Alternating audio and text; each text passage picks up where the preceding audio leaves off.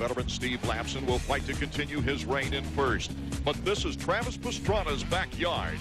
Can his loyal fans carry him to his second motocross victory? It's all coming up next on Speed World.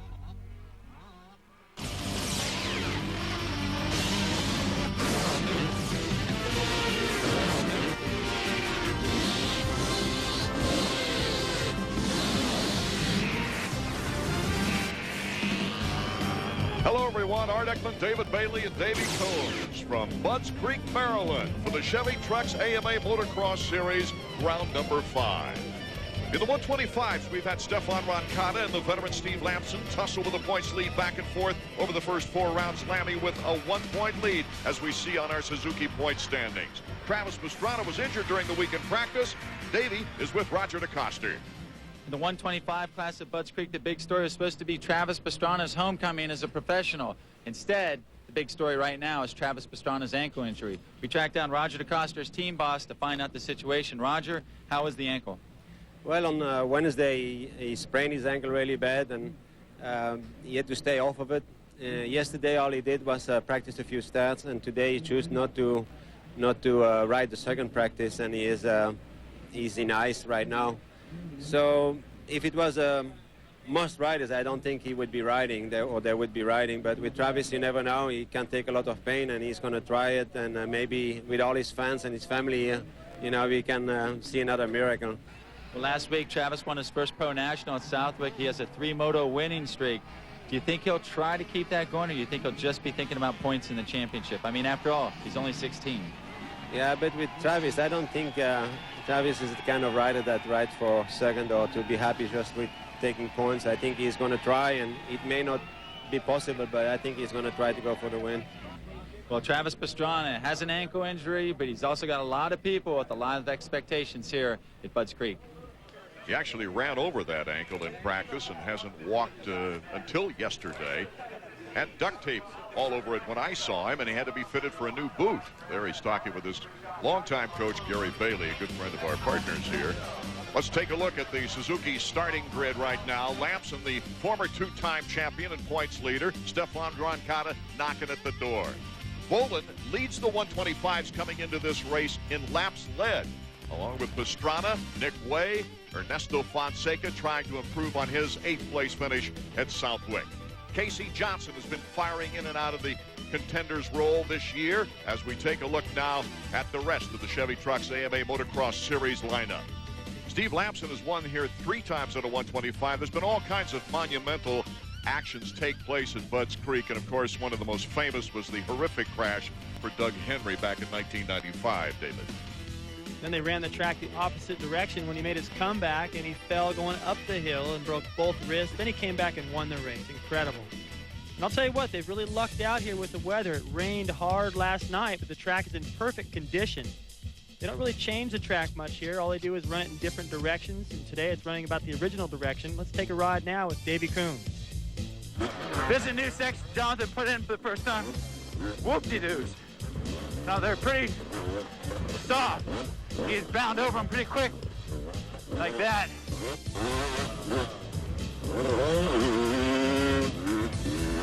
Into the back section here. Tightest off-camera motocross. Just got to put your wheel on something, hope you're straight, and gun it.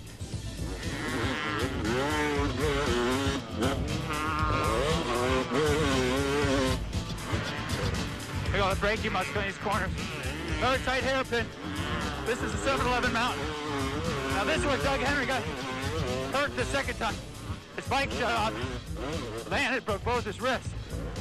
But the real Henry crash, the one everyone still talks about, took place in this section. Come down this long straightaway and keep it straight. It's now called Mount Henry. He took off right here, all the way down this hill in the air, landed right about here. No wonder he got hurt.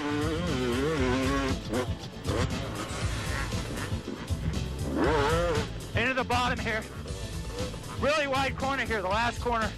Everyone tries to go inside, but as you can see, there's ruts everywhere. It's the finish. Unbelievable. Davey gets better and better each week at that. Our race format, both divisions run 2 motos each. The overall winner determined by the moto finishes, the combined total. 32nd board is up for our first 125 action. In 4 rounds of 125s this year, we've had 4 different winners. We'll see who will take the cake here, as there's Talon Bolin, number 711. Danny Smith, number 32, and Bolin gets a pretty good start. It's Lamson, though. Fonseca, Pastrana, good start, and Sellers is right there, but we've got all kinds of problems in the first turn. Roncada slips by the number 27 bike of Brandis, and trying to start his bike on the other side is Jessamine, also involved in that first turn crash. Well, Lamson must be thinking about those 3 125 wins he's had here. He's jumped right back into the lead, leads the pack right now. A couple riders going down, and Pastrana is in good position. I'm not sure how long he's going to be able to stay there, but he got a great start. Endurance might be the factor with Travis as we take a look at number 6, Steve Lamson. Lammy got those 3 consecutive wins, but in the last 3 years, he has scored no points here. Of course, once was on a 250, but he's been injured the other 2 years. There's the whoop section Davey took us through. You see that Lamson went all the way to the right, Fonseca all the way to the left. There's definitely more than one line through that section. A lot of times whoops get easy in one spot. Everyone favors it. Lammy, an unusual action for him, looking back to see who was there. He's been so consistent, though, in this year's action, starting off with a 3rd overall in the opener and winning at Hangtown and getting a 3rd at Southwick. Nothing worse than a 5th place on the season overall for Steve Lamson. Win those championships. That's what you've got to do. You've got to be consistent. And with as much talent as there is in this 125 class, it's easy to win one week and get a 9th or a 10th the next. He knows that it's better to be smart, get a little bit stronger down the stretch. It's really been wild because Roncada won the opener, Lamson round 2, Kelly Smith round 3, and then Pastrana winning round 4. We'll be right back with more 125 action in a moment. Meet Martin Licious, Storm Chaser. Some head for the basement. He heads for a Chevy S10. It's got advantages over Ford Ranger, like better fuel economy, a bigger bed, and standard 4-wheel anti-lock brakes on every model. Because if you want to outrun Mother Nature, you need every advantage you can get. Chevy S10, like a rock.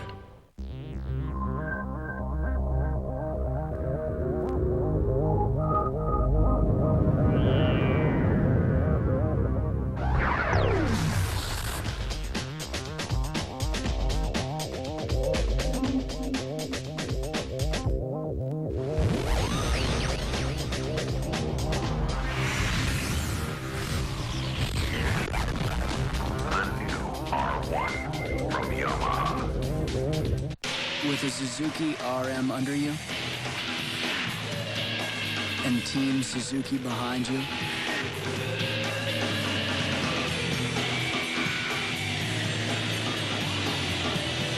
there will be absolutely nobody in front of you. Just ask Suzuki's Greg Albertine, 1999 AMA 250 Motocross National Champion. In anticipation of your runaway success as a Wall Street Journal reader, how to blend in with normal people. When in public, walking a pet can help you blend in. A tip on being madly successful from the Wall Street Journal, full of insight on making it big. Subscribe to the Journal for just 57 cents a day for 13 weeks, 25% off the regular rate. The Wall Street Journal. Call 800-722-2100. That's 800-722-2100.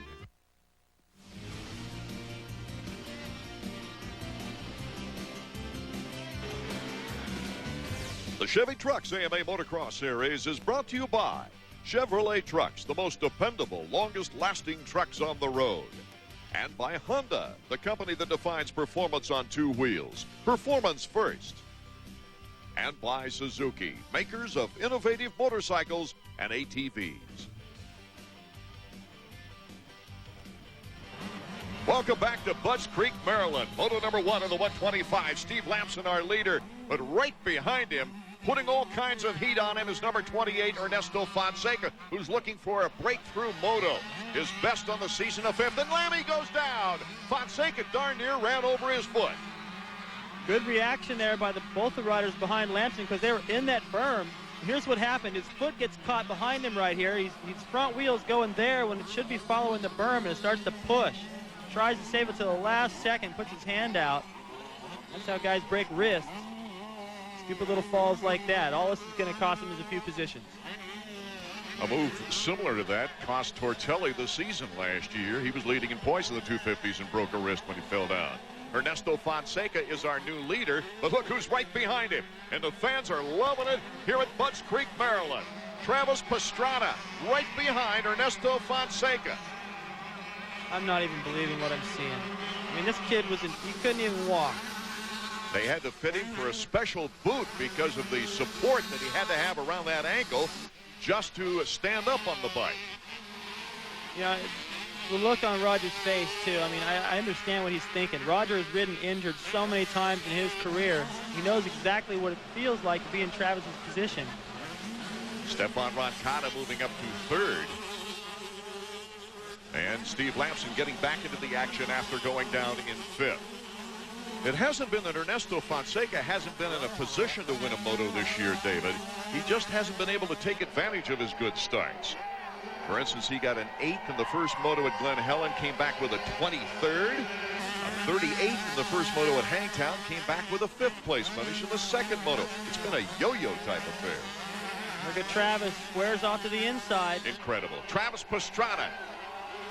And here comes Fonseca regaining the lead.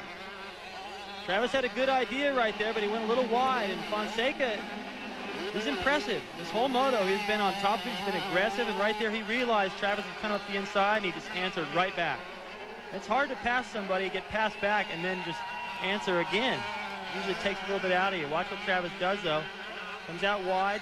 He sees that Fonseca is committed. He just squares right up the inside, but right there, he should have slowed down just a little bit and blocked him.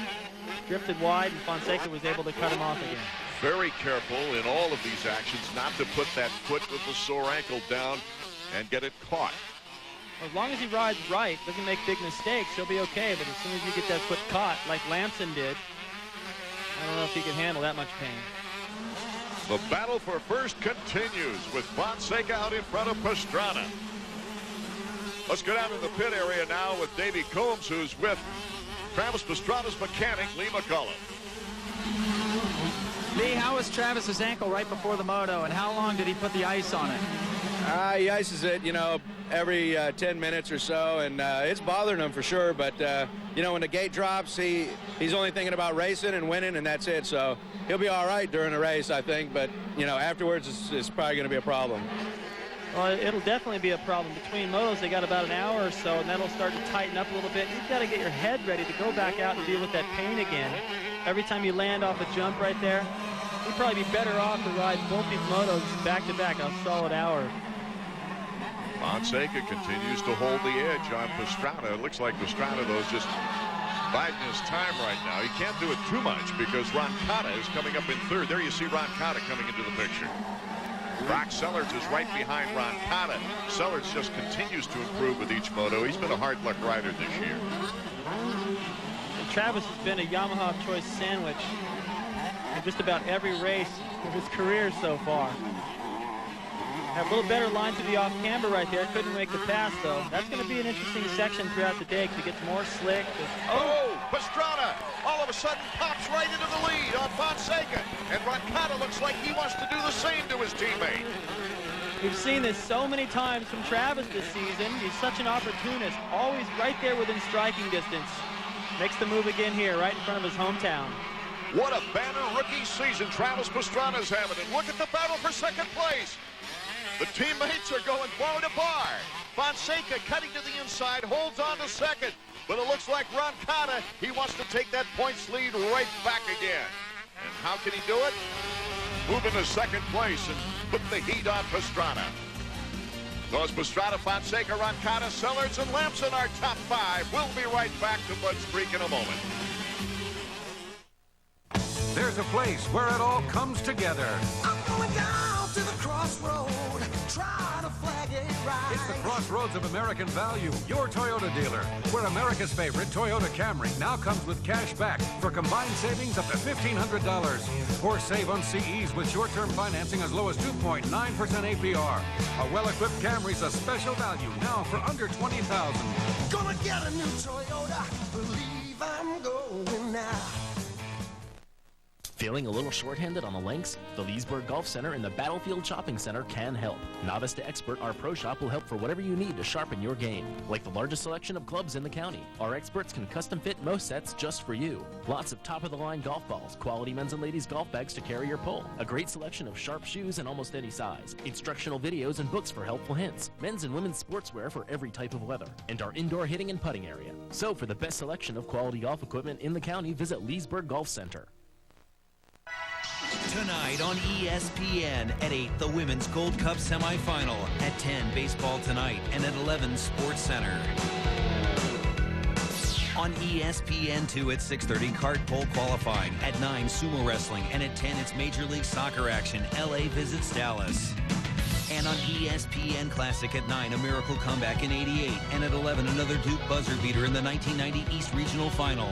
Do you have all the ESPN networks? It's been a great first moto of 125 action. While we were gone, Stefan Roncada getting by Fonseca into second place. So it's now Pastrana, Roncada, and Fonseca, with Sellers putting the heat right here on Ernesto Fonseca. Art, I really thought Sellers is going to be stronger in this outdoor series. I figured he'd have picked up a moto win by now or been in a real good battle for one. Here he's starting to charge on a track where he feels comfortable. There's still plenty of time left in the series for Sellers to get up there and ride like I know he can, but it's got to be a little bit of a disappointment so far. This is one of his favorite tracks. He took a second, 1 of 3 seconds last year here, and ended up second in the points. Travis Pastrana, look out! Travis, how did he stay on the bike? New leader. The new leader is Roncada. Unbelievable that Pastrana was able to hold on. Well, luckily it's his right foot that's injured. It looked like his left foot was the one that got smacked the ground and went back, almost ran over it the same way he got hurt in the first place. Here's what happens. Watch his front wheel. It touches the top of the jump right here. That sends the front end up. The back wheel never did touch. That's why it sent the bike flying funny. Watch his left foot comes off, gets drugged back. That's how easy it is to run over your own foot. That's what happened to his right one. Good thing that was his left one that time. It showed us how phenomenal those suspensions are today. Plus, Travis is so used to hanging off the bike, doing those Superman seat grabs. That's pretty normal for him. That's not even a save. That's just a trick. Question right now is, can Travis Pastrana stay close to Roncada, who is famous for taking the lead and just shooting out and holding on to it the rest of the way? Let's check in down in the mechanics area now with Davey Combs. Dan, that was quite a turn of events. Stefan went from 4th to 1st on that lap. Yeah, I know. He's just going through everybody so quick and just worked out the best. I just want him to check out now and pull a lead so he can stay comfortable and keep his pace. Was the track having problems earlier on today with all the deep ruts and stuff? Nah, he likes it. His own track at his own house is full of ruts, so he's used to them and he's comfortable and likes his bike in him, so he's happy. So far, so good. Yeah, we hope it keeps going. Thanks. And Davey, Brock Sellers has just now moved into 3rd as Fonseca slipped. And Brock has moved into 3rd, so he was in good position, kept the steady pressure up. Fonseca goes down, and Brock Sellers in the top 3. Here's what happened to Fonseca going into the inside line right there. The front end washes out, does a little endo. And luckily, Sellers wasn't following him. He already had a different idea of what he was going to do. Took the outside, holds 3rd. With Travis not 100%, he could take over 2nd before the end of the moto. 2 riders who did very well here last year. Talon Bolin, who won the overall in the 125s last year, and Kelly Smith, who got a 2nd place moto, his best moto of the season, are both way back in the pack. Steve Lamson here trying to take 4th place away from Fonseca. After 3 disappointing seasons, Lammy's return to the top of the point standings this year has reminded many race fans of his 95-96 title years. His 1995 championship is considered one of the most exciting in the history of motocross. That championship was the best for me. I mean, of course, it's your first championship, so that's always the best. But how I won it, you know, I was 60-some points behind in the beginning of the series because I missed a race and broke down in one race. So came back and, came down to the last moto at Steel City with me and Ryan Hughes, and we were tied for points in that last race, actually last moto. So, that meant a lot to me to go out and win that. I mean, that was like unbelievable battle to the end right there. So, and then I just kind of carried my momentum into the next year in '96 and won 9 out of the 12 races. So, it went pretty smooth there. After injuries cut short his 97 and 98 seasons, Lammy's foray in the 250s last year was difficult, to say the least, placing 15th. After sitting out the 2000 Supercross season, he returned with a new ride for the Motocross season opener. I'm the only rider on my particular team. Kenji Sato, he owns Motor Roman in Japan. It's his truck, so we've worked a deal out with him for me to kind of work with his Japanese riders a little bit, and he's also going to be riding all the nationals. So it worked out great to kind of come in and put the deal together like that. And he was standing behind me a lot, the guy Kenji from Japan, because he wanted me to get a working relationship with his guys in Japan, which I already have a good relationship with all the guys over at Honda, so it worked out really good. And with the new team in place, Lampson's third place at the opener set the tone for his 2000 season. Yeah, it was good. I mean, I didn't know what to expect, really, because I've been off so long. I've been 5-6 months of, not even racing and injuries and stuff. And, it meant a lot to me to come back and do good for the team, for one, that we put together. And it was kind of all, a lot of it I was doing on my own. And the guy from Worst Connection, Eric, has helped me out a lot. And we put the thing together pretty good and got everything organized for the first race. And, most of all the bikes were good. And we were able to go out there and do a top 3.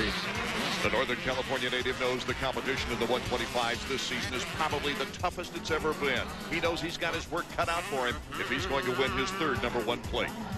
Yeah, it used to be the 250 would be the premier class. Now it's like, everyone's looking down at the 125 class going, man, this is a stacked class, and there's 10 guys that come out there and win races. All I know is as long as I put 100% in and do my best, and I'm happy. Steve Lampson coming back with tremendous effectiveness. David Bailey, as he's now trying to take 4th place, in front of him is Ernesto Fonseca.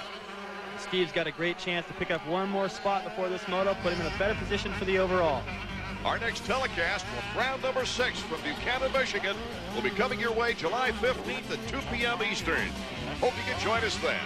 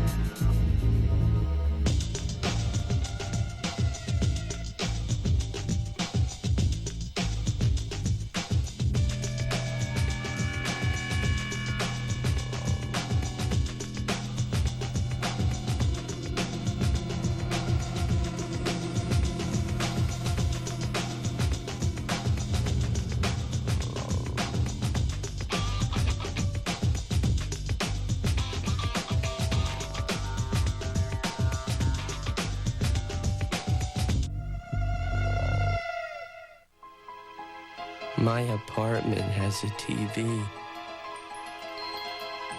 I watch RPM tonight for my knowledge. The more I watch, the bigger it gets. Someday, I will share my knowledge with the world. That will be a fun day.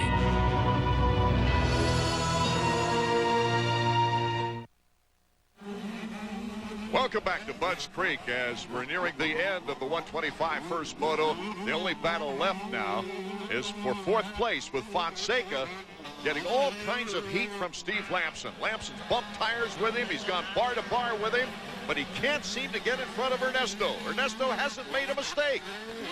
Both these guys are digging so hard. That corner a moment ago as they take the white flag. That's Roncado, the leader. You get a chance to see the lead he has now, but Lampson just ran into the back tire of Fonseca, pushed his back end out wide, then Lampson's ride through the whoop section 1 foot. These guys both want that position so bad because they know it really matters in the championship at the end, and it matters in the overall today.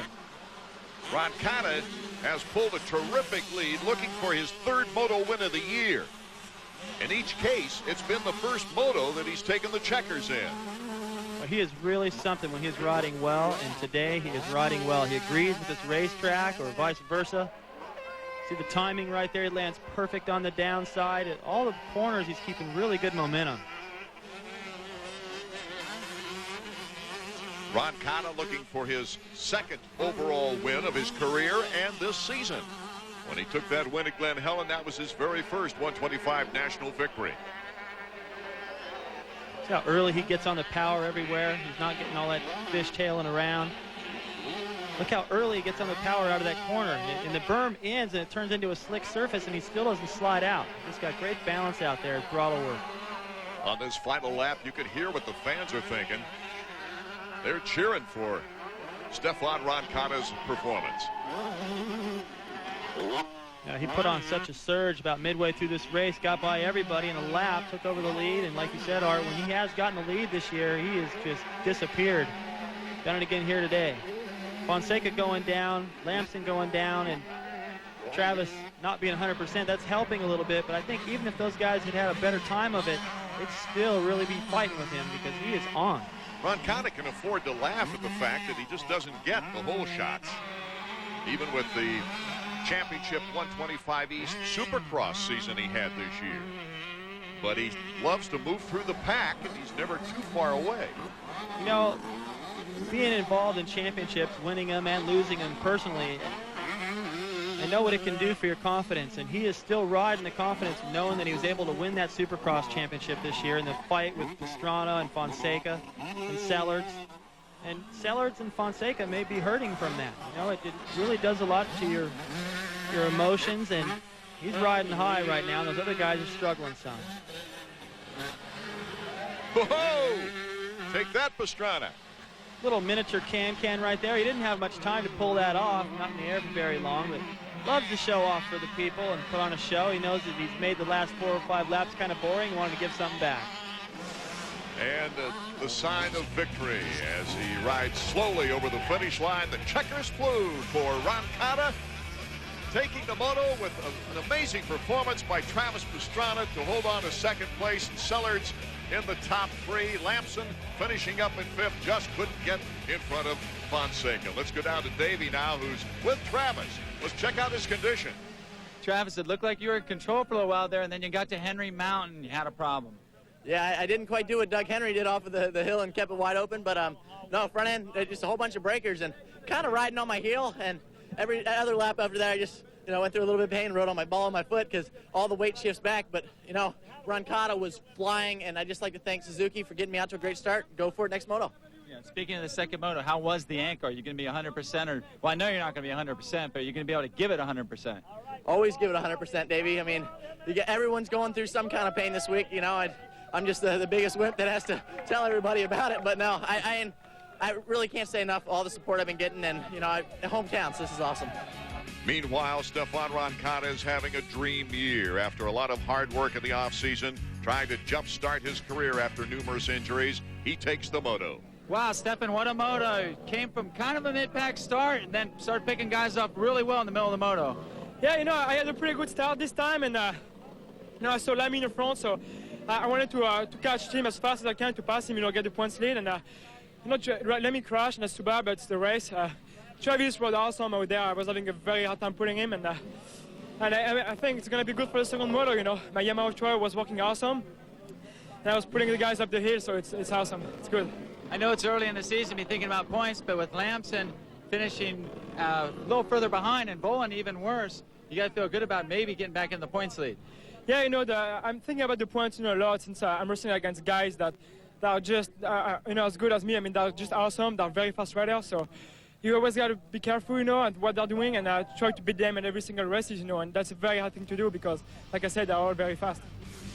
This season, we've had 3 different points leaders in the 250s in 4 rounds. Here's our current leader, Sebastien Tortelli. The 250s are coming up next.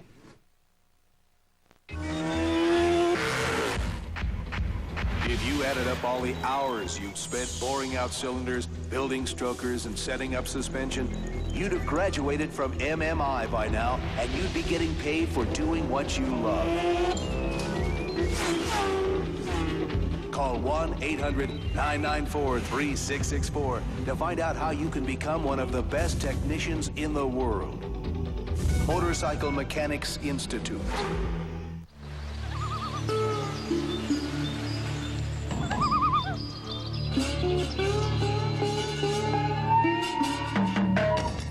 Introducing the first Suzuki ATV, available in your choice of manual or automatic transmission. The Quad Runner 500 and all-new Quad Master 500 with selectable 2- or 4-wheel drive. The choice is yours.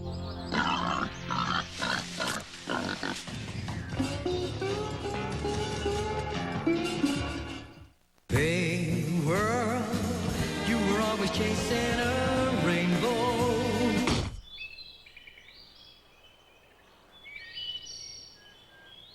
Tour de France begins tomorrow at 7:30 on ESPN2. Time has come here at Budds Creek for the 250s to get at the gate for their first moto of the afternoon. It's been a great 250 points race so far. Barring injuries, it could turn out to be one of the best battles for the championship that we've ever seen. Greg Albertine, the defending champion, his best finish was a remarkable 4th in the opener. That was after riding only 3 weeks, recovering from a broken femur in the Supercross action. But the defending champion now finds himself 46 points back in 8th place at the moment.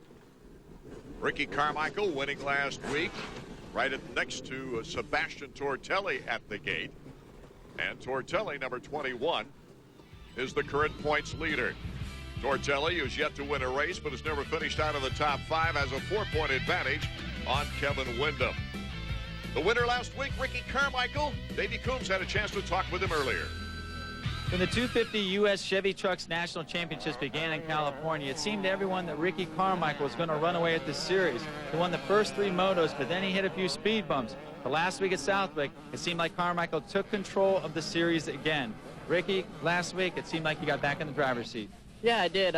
First moto was a little rough there at Southwick, but second moto, I tell you, I got a great start and put my Kawasaki up front, and I got a pretty decent lead early, and it kind of stayed the same, and it was kind of boring for a spectator point of view, but for me it was fun. And it also put you right back in the points chase. Now you come into the Budds Creek round, and it seems like the momentum is back in your favor, just as it was when the series started. Yeah, it seems like it is. You know, momentum's going great, and we're going to try to carry it out through this race and try to win. You know, it's been a while, and I'm going to try to get on another streak. I've won 4 out of 8 motos and 50%, so I'm going to try to keep winning. Well, if Ricky Carmichael can keep that streak going, he will take over the points lead once again. But one thing, Budds Creek, a little nasty right now with the weather, and Ricky, so-so in the mud, so we'll see. And they're calling for rain a little later on as we take a look at our 250 starting grid.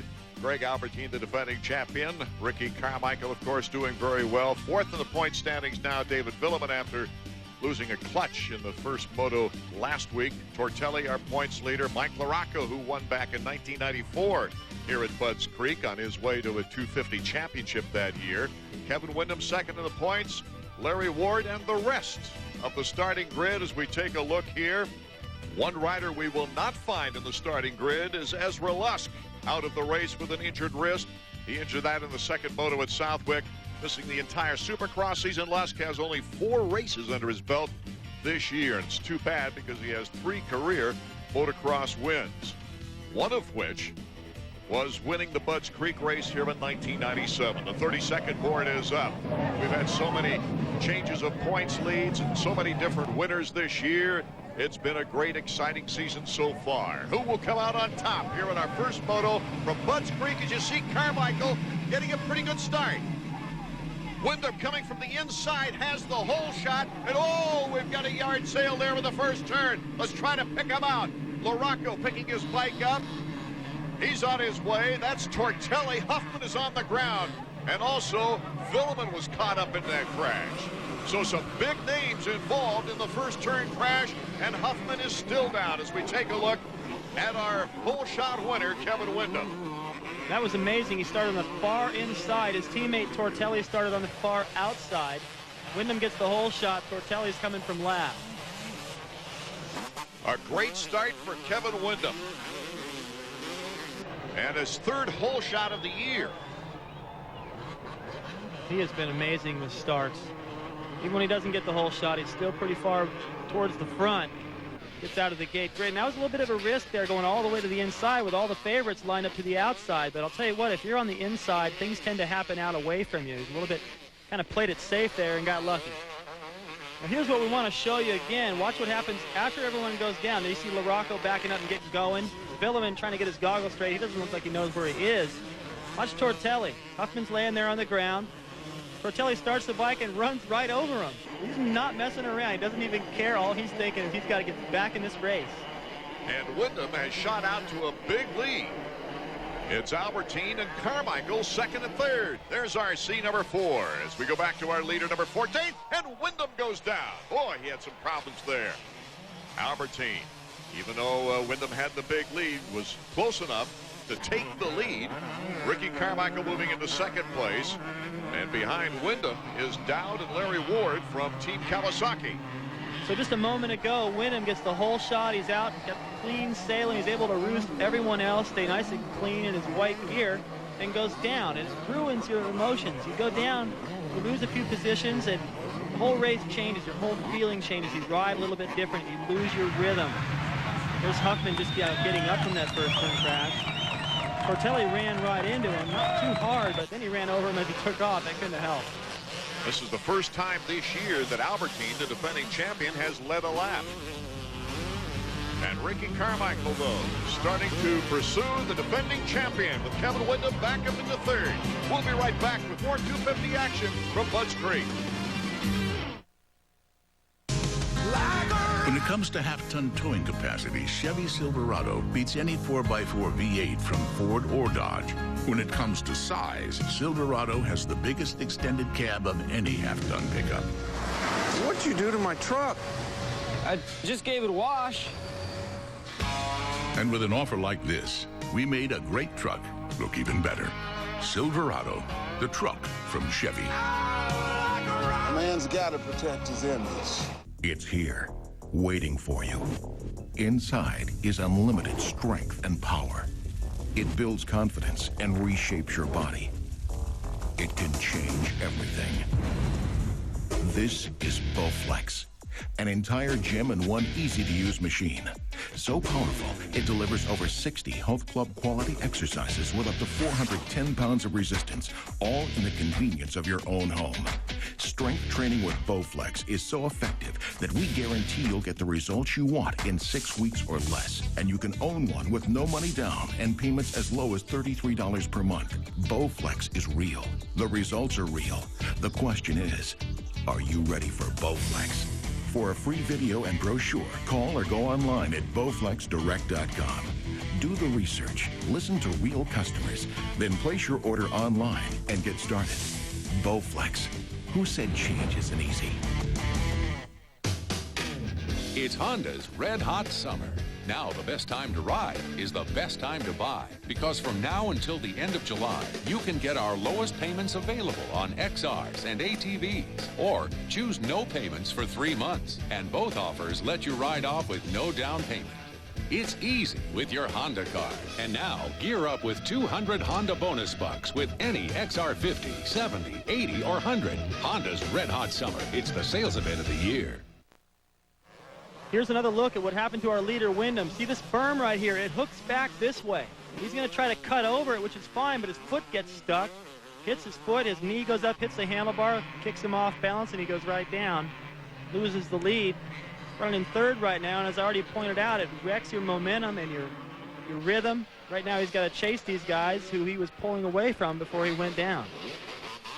Our leader, the defending champion, Greg Albertine. He's having to ride the season now with a very bad knee. Let's go to Davey, who's with Chad Watts, RC's mechanic.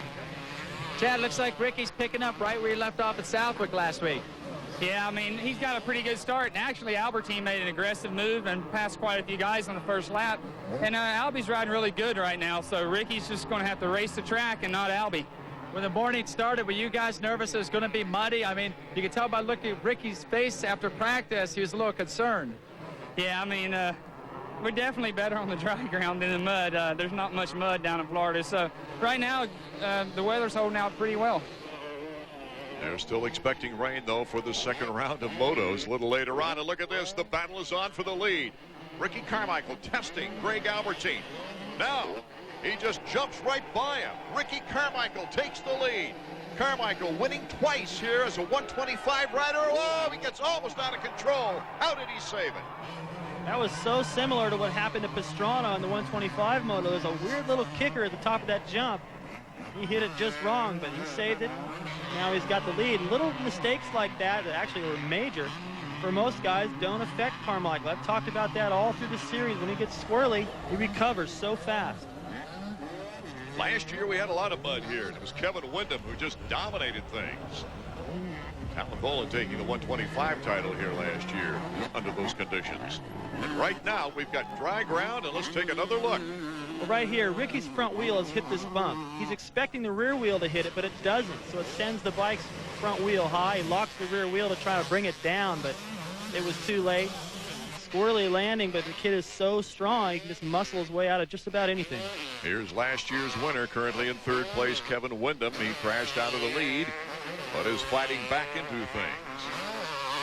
He actually had 2 wins here at Budds Creek last year, the one in the mud during the regular AMA motocross season, and then he came back and won the GP race. A very glorious victory over Stefan Everts. Here's our points leader coming into this race, Sebastien Tortelli, number 21. He's riding smoothly. Better be riding fast. Well, he obviously is riding fast. You saw how far back he was at the start, all the way up inside the top 10 now. Still a ways to go. He can pick up some more time. You see his boot buckle is undone, probably from that crash. Incredible momentum through the corners by Tortelli. That's where he makes up a lot of his time. He gets in, he picks a good line. He doesn't slow down his momentum and just nails it.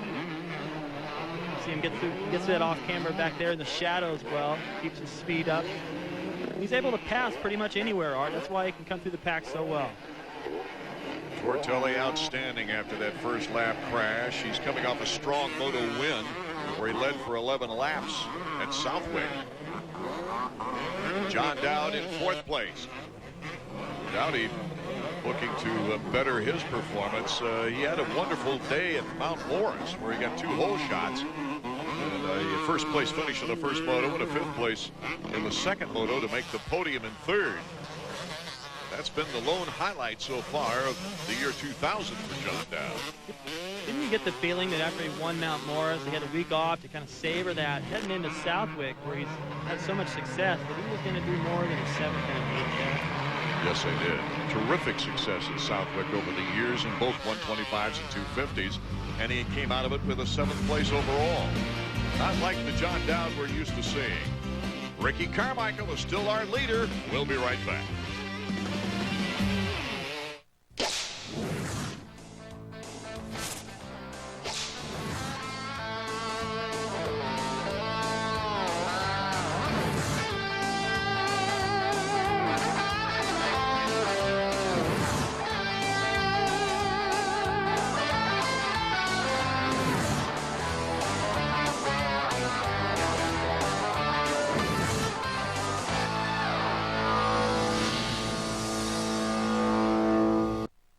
Looking for Loudoun County's #1 Honda and Toyota dealer? Then come to Leesburg Honda and Leesburg Toyota, side by side, across from Leesburg's Premium Outlet Mall, with a huge selection of Hondas and Toyotas. With a friendly staff, we make it easy for you to buy. For the best value in its class, whether it's a family transport or a sporty convertible, come to Leesburg Honda and Leesburg Toyota, where we'll make it easy. We make it easy to buy a car. We got a hostage situation here. Bunch of soccer players just hijacked the network. I'm out of peanut butter crackers. Here, that's for fruit stripe gum. Kobe, why are you doing this? Why? We're America's League. They gotta see us. You shouldn't eat that stuff, man. It'll kill you. What? We got prices over here. MLS Soccer Saturday on ESPN and ESPN2. Welcome back to our first 250 moto here at Budds Creek in round number 5 of the Chevy Trucks AMA Motocross Series. Art Ekman, David Bailey, and Davey Coombs bringing you the action as Tortelli still making his way up through the pack after a first turn crash on the opening lap. It looked like he was just getting by Ferry right there. Remember, Dowd was ahead of this pack. See how Dowd pre-jumps the top of that hill to make sure he doesn't get any kind of funny kicking the way Pastrana did and Carmichael. But Tortelli is just going to eat this pack up, I have a feeling. He caught him so quick. Larry Ward, number 10, right in front of Tortelli. Tortelli tries the outside. Tortelli's really been ripping. You notice he never follows. He out-jumps these guys. Look at that, right up to the inside of Ward. Bar to bar. Ward doesn't want to give it to him easily. Tortelli can't quite get the momentum on the short side of that corner, but look at this. Good position. Tortelli boxes him out and takes over, and now he's looking at John Dowd. Looks like as soon as Tortelli ran out of berm back there on that off-camber, he used Larry for a berm. Kind of bounced off his tires and stayed in the line he wanted to use. It's impressive to watch Tortelli come through the pack. Like I said, he's always trying to take a little bit different line. Watch him get a handful of throttle right there just to make sure he's got enough on Larry so that wouldn't be a little bit of a dirty piece of riding right there. He's got the wheel. He's going to afford to take the line and not have Larry too angry with him.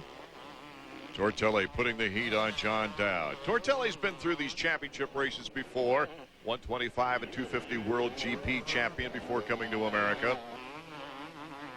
It's been a big key that he has not been making mistakes and finishing in the top 5 this year that have put him in contention for the title. Of course, last year was at first in the points until a crash at Unadilla put him out for the season. The guy is totally strong for the, look at that, he almost hits the back tire of Dowd. He's trying to stay so close to him so he'll have an opportunity to make a pass. But heading into Unadilla last year, he had the worst starts, the most crashes of any other rider, and he was still leading the points. Tortelli now bar to bar with John Dowd, takes the inside curve, and Dowd comes firing back and forth we go. This is what I love about John Dowd. He's always up for the challenge, no matter what the conditions, no matter who the rider, what place he's in. This guy will fight for his position. Right now, he's trying to hold on a 4th as Tortelli has made an incredible move through the pack. This is Tortelli's favorite spot on the track for passing. Dowd gets a lot of momentum on the outside berm, but here comes Tortelli, starting to rub a little plastic, forces him off the berm.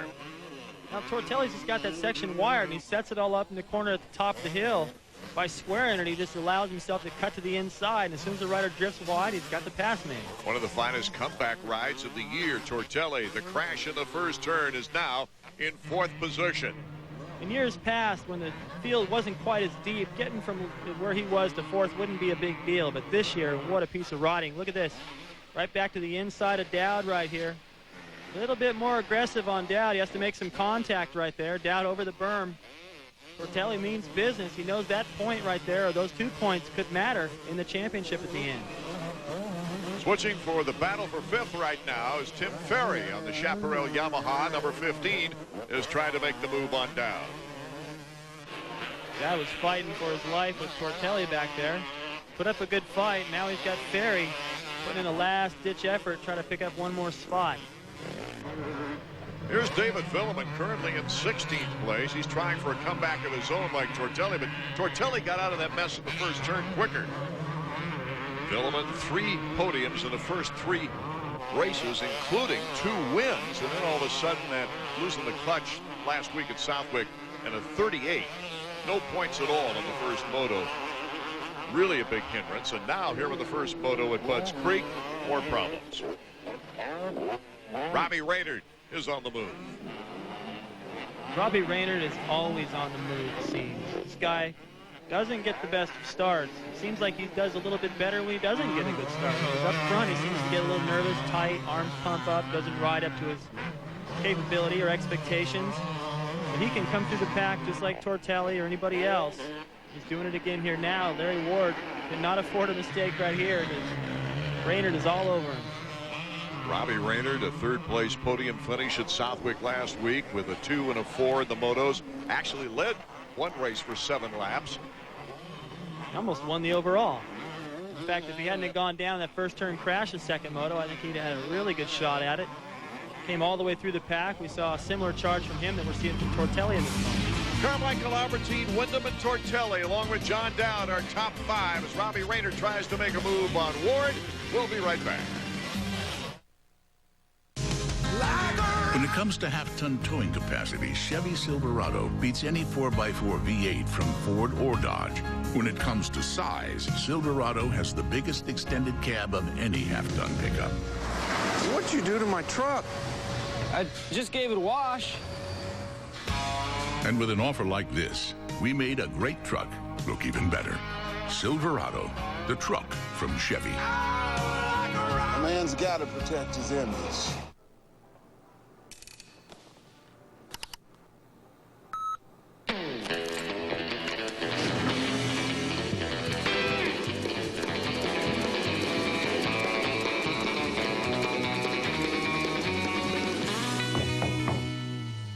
Hi. Friday's great. Email. It's kind of slow. Styling, performance, value. Isn't technology great? The Suzuki Katana. If you're into baseball, get into baseball today.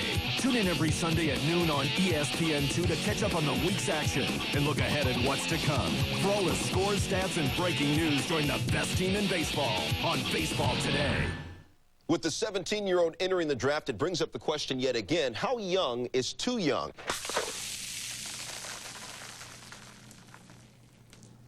In other NBA news, the Golden State Warriors making headlines earlier today by announcing that in Welcome back to Budds Creek, Maryland. In our first 250 moto, winding down now is number 934, who got caught up in a first turn crash, is trying to battle his way back. Right now, he's looking at 15th position, trying to move up one more notch as he pursues Damian Platz for that number 14 spot. Villeman, such a smooth rider when things are going right. Even pretty smooth when things aren't going right. It's just that the field these days is so competitive and so deep. You just can't carve through the pack unless you have a phenomenal moto like what we've seen from Tortelli this time. I don't know. It doesn't seem like Villeman is riding like himself. Even with that first turn crash, he has the skill to get through the pack the same way Tortelli does, or at least somewhere maybe inside the top 10. So could have something happened to the bike. Yeah, he might have bent the clutch lever or the handlebars, twisted the front end. You never know. Or maybe he got popped. Maybe it's a physical problem. Here's Tim Ferry. Ferry, whose best moto of the year is a third-place moto, now makes the move on John Dowd. Number 15, taking number 16. That was a beautiful piece of riding. When he came out of that berm at the bottom of the hill there, it looked like they sped up the film. Just slingshotted out of there to make the pass. Just out-jumped John going down the Doug Henry jump. Had the inside line, and he's moving up another position. So Ferry, another one of those guys like Raynard, can ride so well at times, but just wonder what happens the rest of the time. Here he is to the inside of Dowd. Watch him get into the berm, good balance, right back on the power. Just slingshots by. Dowd shakes his head going, why'd I go wide there?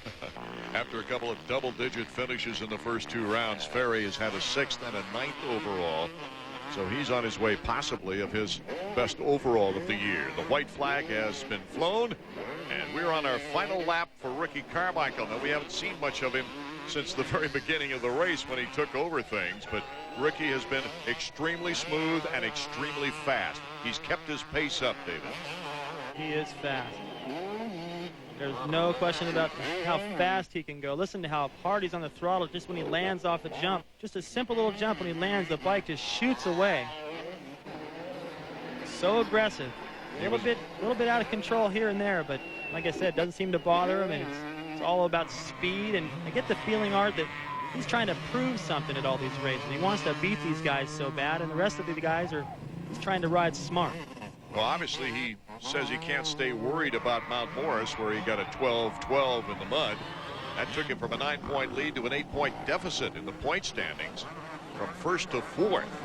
And he's answered that with an overall win at Southwick, and here he has just dominated this first moto. He's got so much confidence knowing he can rebound from a bad race. He knows that somewhere during a series, a first turn crash or some little weird problem or a mud race can knock him back a little bit, but he knows he can come right back and win 2 or 3 motos in a row, and that's what he's done here. Also, His win at Southwick was matched with Villeman's problems, and that helped out in the point situation. And what a frustration for Windham, who I think Ricky felt like was going to be his toughest challenger in this series, along with Tortelli, and Windham has really struggled. Ricky Carmichael can see the checkers flying, takes the first moto of the afternoon for the 250s. It is RC's second consecutive winning moto. So it's Carmichael Albertine with his best moto finish of the year, helping Carmichael's cause against the other contenders, Windham and Tortelli, and of course Windham. Let's go down to Davey, who's with RC. Well, Ricky, when we got here this morning, it looked like it was going to be muddy, but it turns out to be a hot one, and that's the way you like them. Yeah, it is. It was a great moto. I tell you, I got a good start. I don't know, somebody hit me on the right-hand side of my bike on the start. I'm like, oh, no, please don't go down. And I looked to my right, and Sebastien was right there, or Kevin was there, and he pulled the whole shot, and Albie and John, and they were ahead of me, and Kevin had a little misfortune over there, and I capitalized on it, got by Albie, and won the moto. Albie was riding great. Well, the good news is one of those guys who went down was Tortelli. He came back and finished fourth, but as it stands right now, you're back in the points lead. Yeah, that's good, you know, but I'm going to try to win one race at a time and try to win another overall next moto. Good job so far today. Thanks a lot, Davey. The defending champion, Greg Albertine, with 5 career wins, has had a tough time of it this season, having to ride through a knee injury here in the early going. Greg finishing his best moto of the season. He's with Davey Coombs now. Well, Greg, that was a good ride. It looks like you're getting closer and closer to 100%. Yeah, Davey, definitely. You know, I took a bit of a confidence dive the first few races. I just really was trying hard and was getting terrible starts and having to race from the back. But my Suzuki ran great today. I got it out of the gate really well. And, you know, it was a consistent ride. Ricky was going very well, but I just wanted to bide my time and, you know, get a solid finish. You kept him honest the whole way to the finish, and now you've got another moto. Let it hang out a little more? Oh, yeah, I'm definitely strong. I'm fit and, you know, ready to go, ready to win it and get the OA. That'll be great. Never one to use an excuse, always a positive thinker, Greg Albertine. Well, the 125s will be back in action. Boy, what a great first moto they had here, and the rain is holding off. So hang on to your hats. We'll be right back.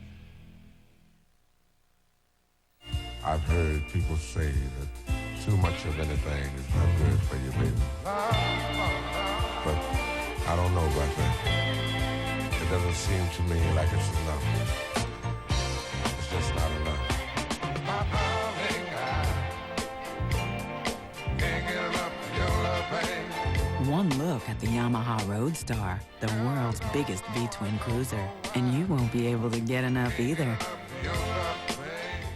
You know, ideas and inventions come from people in all walks of life. Do you have an idea for a new product or invention? If so, Invention Submission Corporation has information to help you get started. ISC is America's largest inventor service firm. Call now and learn how to submit your idea to companies through ISC's databank and apply for a patent. Even if your idea is just to improve an existing product, call for ISC's free information. For your inventor's information, call 1-800-652-0101. A great tradition continues on ESPN2. Friday Night Fights. This week's main event, Angel Vesquez battles Max Gomez in a 12-round featherweight bout. Friday Night Fights, Friday at 9 on ESPN2.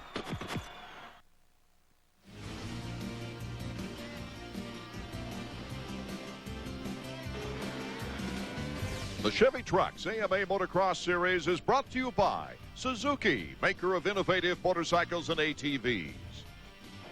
The fans here at Budds Creek thankful that the rains have held off as we enter the second round of motos. 125's at the gate now, getting ready to go. Stefan Roncada, after a great performance in the first moto, is looking forward to it. 199, Travis Pastrana after holding down second and still with that throbbing right ankle. Pro Circuit's Nick Way trying to get back after a 7th place finish at Southwick. Davey Coombs joined his mechanic earlier for this week's Kawasaki bike setup. With this week's Kawasaki bike setup, we are in the Splitfire Pro Circuit pits with Nick Way's mechanic, Kevin Strickweirda. Kevin, pretty dynamic track. How's Nick like his suspension? We pretty much set up, Nick likes to steer with the back end a lot, so we lower the back. He runs a lot of sag, more than, say, Nathan or Talon, and we're not going to run too much sag here because of the mud. It brings the weight of the bike down, so we kind of compensated for that. And like once Nick gets comfortable, we won't make any changes throughout the day unless you know, we could get rain out here. There's a lot of hard pack out there, but there's also a lot of soft stuff on the top. Do you guys gear for the hard or for the loam? Pretty much stay week in, week out with the same gear. We run a 1351. Last year when it was just raining and muddy, we went to a 52 because the mud was so heavy on the bike and the uphills and everything. But I think we'll stay with the 51 for now because it's not raining, but we might have to go to a 52. What about the tire selection? I got Nick out there right now looking at the track. A lot of the mud from last night, they pushed it off the track, and through practice, they've pushed a lot of the slop out. So in Budds Creek here, it's real dry and slick. So I got him out there. We might have to go to a hard pack tire for the first moto, and maybe if it rains, we got plenty of mud tires ready. With all the different equations, the mud, the rain, hard pack, the slick, a lot of things for a mechanic to think about here at Budds Creek. The track workers have actually watered down the track for the lack of rain so far as we approach the second moto, the 32nd board up for the 125s as they get set. Ron Cotta doing an excellent job in that first moto. Can he sweep for the first time in his career? 26. That's Ron Cotta with Pastrana right next to him. Pastrana getting boxed out there and headed for the hole shot is number 18 on the FMF Honda. And that is Brock Sellards. Look out. We've got riders going down big time. Kelly Smith, number 41. Ernesto Fonseca, number 28. Tough break for both of them. Couldn't quite see what happened. I was so busy watching Sellards come from that outside. He almost didn't even have to turn when he got to the first corner. He made a straight line out of it. Even though Pastrana got boxed out, he's in good position right now. Another look. Watch these guys right here. That's Kelly Smith to the inside and Fonseca. They lock handlebars. Watch Fonseca. Boom! Smacks his head on the ground. So we heard that Villeman, after that first 250 moto, he hit his head on the ground and didn't even really know who he was or where he was the first 5 or 6 laps. Fonseca may experience that this moto. Okay, it's Brock Sellards, Travis Pastrana, and Stefan Roncada in the battle for the lead. Here comes Pastrana. Brock Sellards has not won a moto yet this year. Pastrana now takes the lead, and he's got Roncada now behind him. Pastrana, Sellards, and Roncada, David. He is in fast company right now. Roncada right there. Pastrana does not want to lose this. If he can win this moto, this will be the overall. These guys are fighting. You see how slippery the racetrack is. A little bit of water that got put down has just made it really tough this first lap. And Kelly Smith, who won in the mud at Mount Morris, is just now getting going. And as we switch back to our leaders, taking second place right in the corner is Roncada. So it's Pastrana, Roncada, and Sellards, 1, 2, and 3. Let's check in with Davey in the pits. Down here in the pits, you can see that Nathan Ramsey's bad season continues to have problems. He popped off the shifter when he crashed on the first lap down in the bottom with Michael Brandis. Pulled into the pits. He's going to go back out, but it's doubtful he's going to be able to make any points. He's already a lap down. The 1999 125 West Region champion is just having an awful year luck-wise here in the 2000 season. While Ramsey looks on, we've got a battle for first underway. Pastrana and Roncada. There's Pastrana, 199, Team Suzuki. Roncada, Yamaha of Troy. Pastrana winning the 125 shootout in Las Vegas. Roncada winning the 125 East title in Supercross. This record crowd couldn't get any louder. The stage is set right now. These are the 2 fastest guys of the series so far. Winning all the motos, most of the motos. These are the guys winning the overalls, the guys that are the fastest here today. Being so close to Pastrana's hometown, they're loving what they're seeing. And if you tune in late, we explained that Pastrana is riding with a very sore sprained ankle. But he continues to lead with Roncada and Sellards. Second and third, Justin Buckaloo up to fourth. When Suzuki introduced the original 4-stroke DR 350 and dual sport 350, it rocked motorcycling. Now, it's happening all over again. Introducing the all-new DRZ400 and DRZ400S from Suzuki. 4-stroke thunder. On-road or off.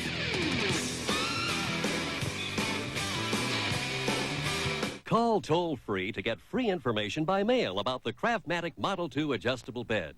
This wonderful bed adjusts to hundreds of relaxing positions, offers optional warm, soothing heat, and relaxing built-in massage, yet costs up to 56% less than these quality flat beds. Don't pay more to remain flat. Call toll-free and get complete free facts by mail about the adjustable bed that costs up to 56% less. Call toll-free 1-800-344-8300.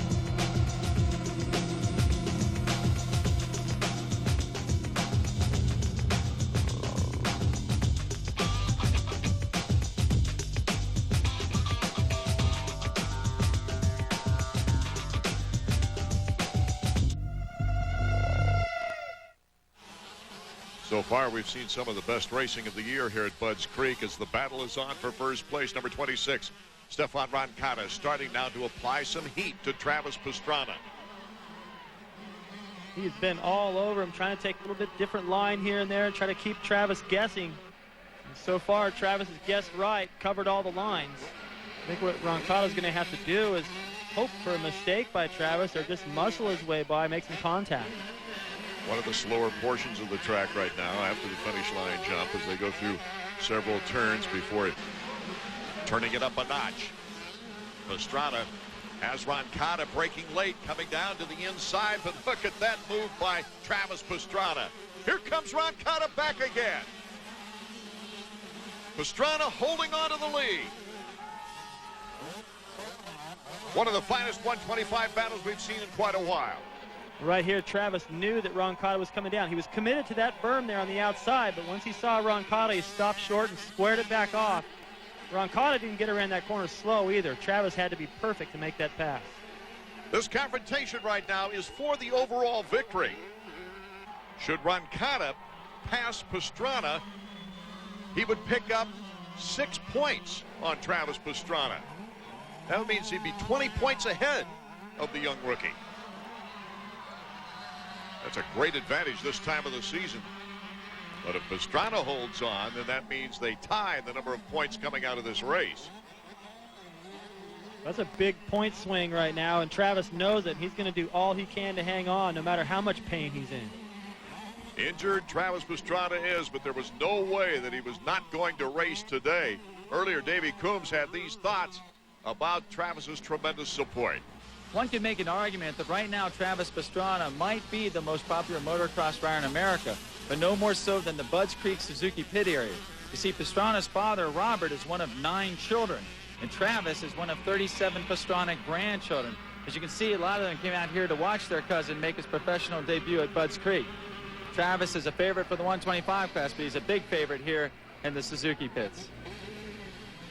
Right now, Roncada still continues to apply the heat on Travis Pastrana.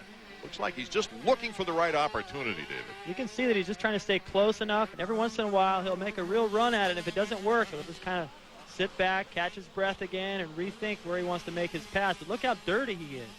Travis is out front all clean. You know, his vision is good. Back there, Roncada's just getting sprayed. It did sprinkle a bit between motos. That was after they watered the track. But the big rains have held off, thank goodness.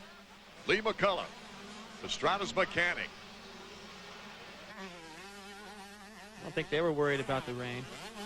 Travis rides well in the rain. Well, I think probably a little bit better than Roncada does, so they may have been praying for rain between motos. These two, Pastrana and Roncada, are 13 seconds in front of the third-place rider. But all eyes are in the battle for first place. Here comes Roncada. Roncada finally found the move he wanted. but coming right back at him is Travis Pastrana. Roncada braking late, but he gets the wide turn and the momentum out of that turn to take first place.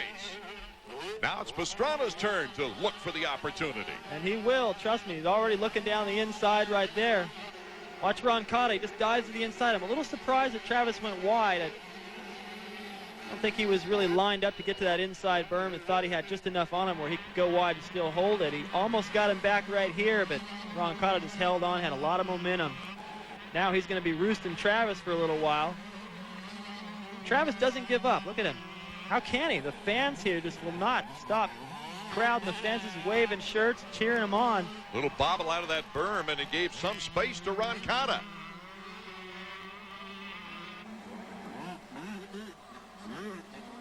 Roncada just full out in some of these sections. He is really in tune with this racetrack today. What a continuous battle for first place between these two. See the front number plate of Roncada, you can't even read it. That's how his face looks. So while he's going this fast, he's got to deal with the vision out there and pull the tearaways. You can't pull them all at once when he's behind Pastrana. He's got to save something for the rest of the race.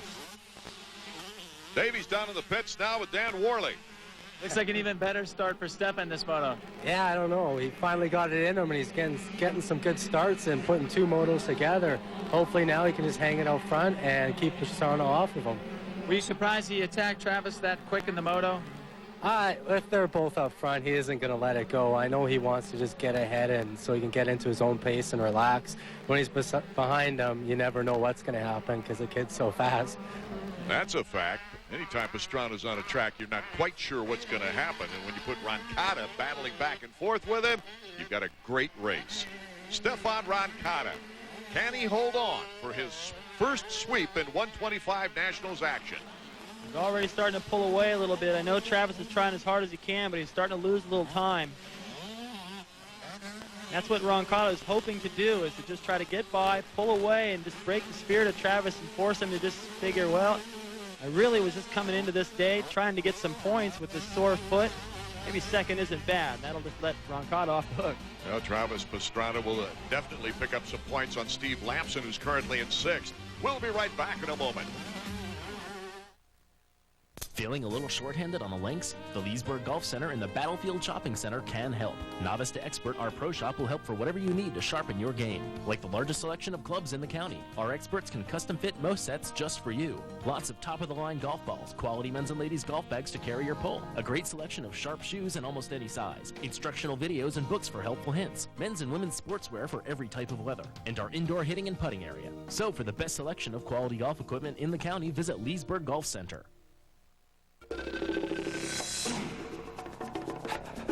With its powerful V6 engine and rugged construction, the Grand Vitara is perfectly engineered to speed you to safe haven. The V6 Grand Vitara from Suzuki. MotorWeek's best small SUV of the year. See the V6 Grand Vitara at Jerry's Leesburg Suzuki, because before you buy your next car or truck, you gotta drive one of these.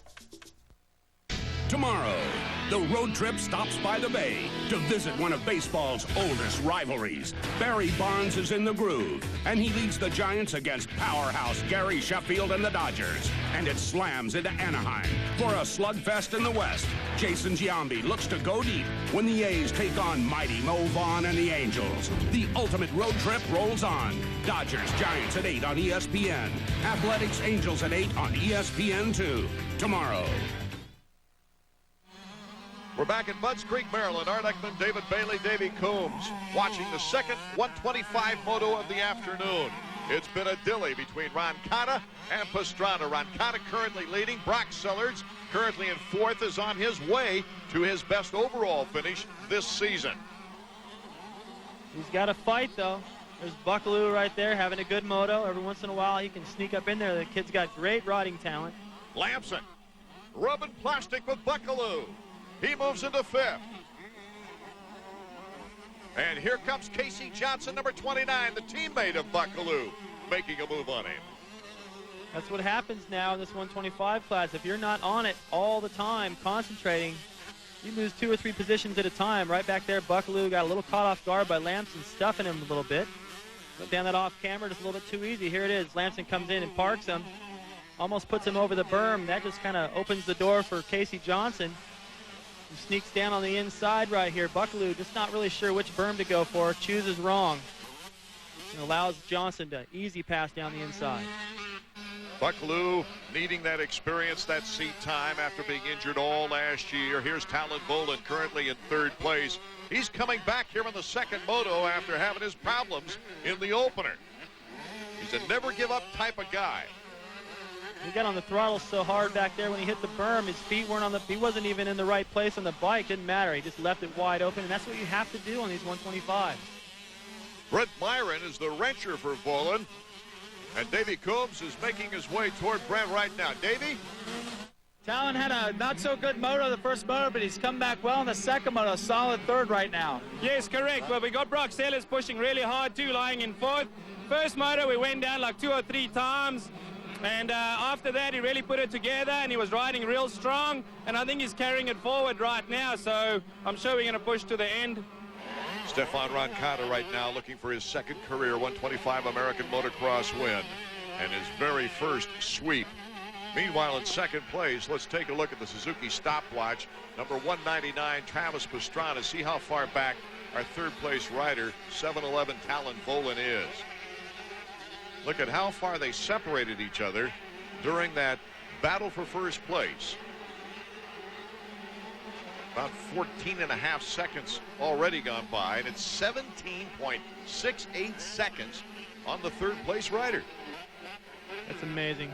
And that's just from the incredible pace that Travis and Roncada set, battling with each other.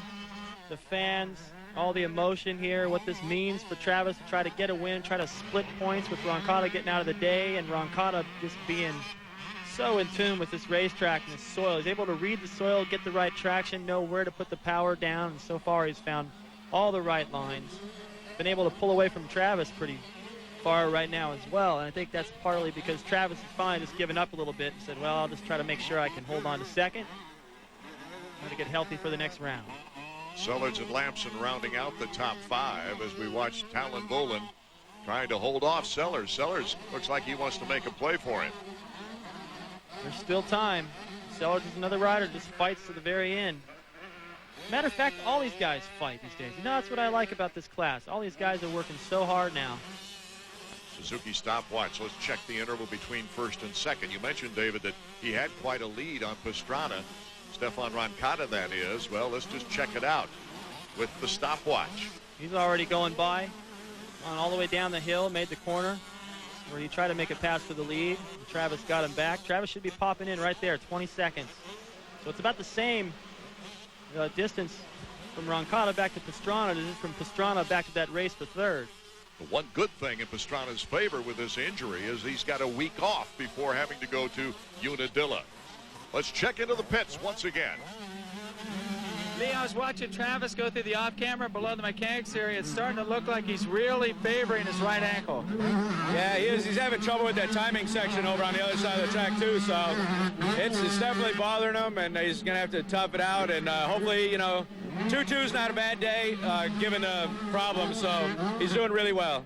Recently, I got to tell you, he's been showing a lot of maturity, especially when it comes to a place like this. All the fans, all the media here. You expect him to go out and give it 100%, and he does, but as soon as he realizes he might get in trouble and there's a championship at stake, he backs it off a little. Yeah, he's really smart. He knows what he's doing, and, you don't really have to talk to him about that kind of stuff because he knows what it's all about. And, yeah, he's got a lot of people. There's like 100 people, his family and friends here, so the pressure's really hard on him today, but he handles it all well, and, he's just doing a great job out there. An amazingly tough kid, and I got to hand it to Lee McCullum. Because this guy is not easy on a bike. In fact, I've heard the AMA Tech people say that when he rolls it after a post-race inspection, there are weird sounds coming from him. Well, he's a big kid. I mean, when you look at his foot, it looks like he could just about fill Shaq's shoes. And he's 16. If he grows any more, I don't know if this bike's going to be big enough. He's going to need more suspension and bigger handlebars. And he's already got a taller seat on his bike than anyone else. And he rides very different. I mean, his style, I still haven't figured it out. I'm starting to get used to Carmichael's and used to Willemans. What I do like about Travis, though, is he's good in all conditions and he's good in pain. We are only 5 rounds through a 12-round schedule. You can be a part of the record number of fans to attend Motocross Live. Check us out at a location near you. After Buchanan, we go to Unadilla, New Berlin, New York. Then it's on to Troy in that cornfield and up into the Pacific Northwest to Washougal. Rounding things out in Delmont. Meet Carlos Sandoval, veteran Navy SEAL, trained to go through anything, equipped to survive it. Introducing the Chevy S10 Survival Pack. CD, automatic, air, aluminum wheels. Over $1,300 in savings and $1,250 cash back. You might think all that comfort could weaken a Navy SEAL. Fat chance. Chevy S10, like a rock. Beauty, adventure, drama. All these and more can be yours in the wonderful world of art. And with this free art test from Art Instruction Schools, you can find out if you have the interest and desire needed to become a serious art student. To get your free art test without cost or obligation, call this toll-free number. Don't delay. Call this toll-free number now. Call 1-800-344-8300. ESPN Classic is coming to you live, celebrating 2 whole days of the greatest sports in Baltimore and Washington, D.C. history. From Cal Ripken becoming baseball's new Iron Man, to John Riggins powering the Skins to a Super Bowl win. ESPN Classic is the place to see your hometown heroes. So remember, join Stuart Scott live for 2 days of the Beltway's best. Patriot Games, Classic Baltimore, D.C. All day today, only on ESPN Classic. To get ESPN Classic, call 1-800-CLASSIC today. Here was the pass a moment ago. Steve Lamson, number 6, to the inside of Sellards. Steals 4th place. That moves Lamson up 1 position from his first moto finish in 5th. After going down while leading. Not the kind of day he would like, but salvaging some points. On his way to becoming a 2-time winner here in the 125 action, Stefan Roncada on his final lap. A couple more tricks there, a no-footer. Making a celebration out of that last lap. Look at the way he squared that corner. He's not even really in a hurry. Jumps down into that hill over a break and bump. He's just having fun on this racetrack. Everything just seems to agree with him today.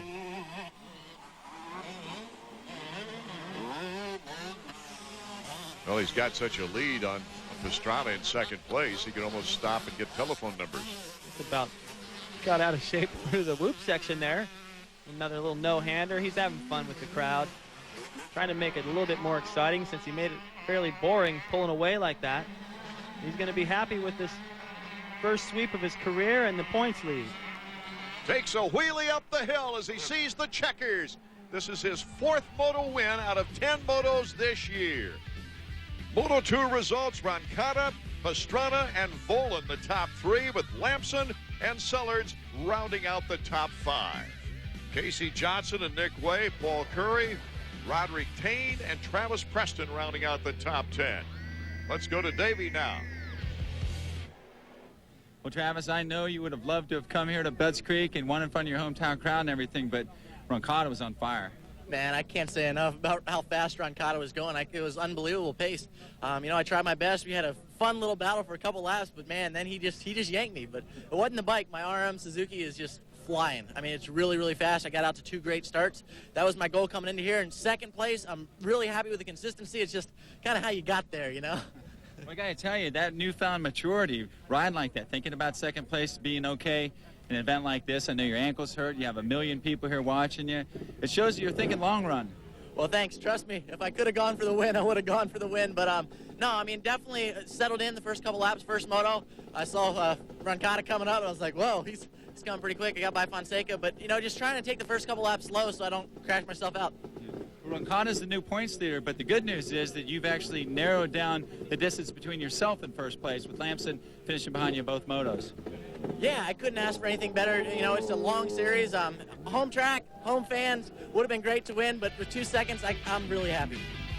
Roncada's 2nd win of the season, and Pastrana ends up in the overall at 2-2 in 2nd place, with Brock Sellards hitting the podium. His finest finish, as is Paul Curry's 6th place finish, his best of the year. The crash taking Ernesto Fonseca in that 2nd moto down to an 8th overall. Let's go to David. Well, Stephen, that's got to be your most dominating performance as a motocrosser here in America. Your first 1-1 score, your second overall win of your career, and maybe even the points lead. Yeah, I got the points lead on this one. It felt great out there, to go 1-1. I had two pretty good starts today. I was very happy about that. My Yamaha is pulling really, really hard. And I'm just very happy, to beat Travis here today on this track. It's just awesome for me because he's a great rider and you got to watch for him. So I'm really happy I beat him today. It was a dynamic track. Sometimes it was raining, sometimes it was dry. What was going through your mind out there? Well, at the start I was like, oh no, not a muddy race again. It started raining pretty bad. I was like, not that, please. And the rain stopped. The track was awesome. They didn't even have to water it. And the track was great today. I had great racing. My Yamaha was running great, and it was just a good day. It was a fun day. How do you feel about the rest of the season now that you're in the points lead? I feel awesome. The upcoming tracks are great. They're really awesome track. I ride really well on them. So, I'm gonna keep training as hard as I am and hopefully win more races like that because it feels good to put my Yamaha on the podium in the first place. Taking a look at the Suzuki points standing, Stefan Roncada retaking the points lead now with a 15-point advantage on Lamson. He came in 1 point behind. Pastrana is second place overall, second consecutive podium, moves him 5 points from Lamson. Volan only 4 points in back of Pastrana. Time for our Suzuki trivia question. Which Suzuki rider won the World Championship in '82 and a 500? The answer coming up.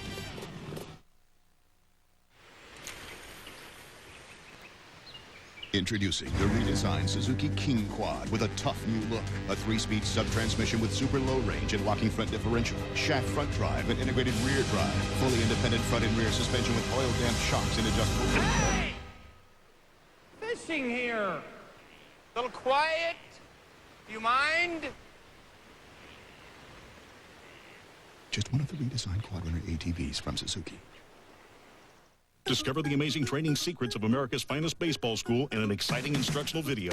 Baseball World's Defensive Drills video features professional scout and instructor Tommy Mansky and the same techniques that produced his back-to-back-to-back AAU national championship teams. Collegiate Baseball Magazine's editor calls it a masterpiece, the best drill video ever produced. This video is endorsed by top professionals like superstar Fred McGriff. This is the instructional video that gets results. The Defensive Drills video benefits players of all ages and ability levels and makes a great gift too, so call now. This week, the LPGA Tour rolls into Atlantic City, where the stakes are always high, but the low score wins the trophy. The ShopRite LPGA Classic continues today at 3 on ESPN2. Of all the trophies in Brad Lackey's Northern California home, his favorite is the one that took almost a decade to win. And this is, of course, my most prized possession. Gold medal for winning the World Championship in 1982. The wall's not very big, so I really only have room for one. That's why I only have one. That's my favorite one, of course. That 500cc world title made Brad the first and only American to win the prestigious class. But the championship didn't come easy for him, as he and his Suzuki teammate Andre Vromans came into the final race of 1982, tied in the point standings. Came from behind and caught him and beat him in the first moto, and that extended my lead by a few points. And the second moto, I still had to basically finish in front of him to clinch the title, and that's what we did. And it was exciting. It was probably one of the most dramatic finishes of a Grand Prix that I ever saw. I'm going to them for 10 years. Because I've been trying for so long. Suzuki is coming back. Vromans was the local favorite. The last 3 races are always in Belgium and Luxembourg in that area, and he's right from there. So there's 60, 70,000 people there to cheer him on, 60, 70,000 people there to boo me on. And so it was pretty intense going down to the last race. And like John Elway in football, Brad decided to leave the sport while he was on top. I kind of made up in my mind if I didn't get paid a lot of money, I was going to retire.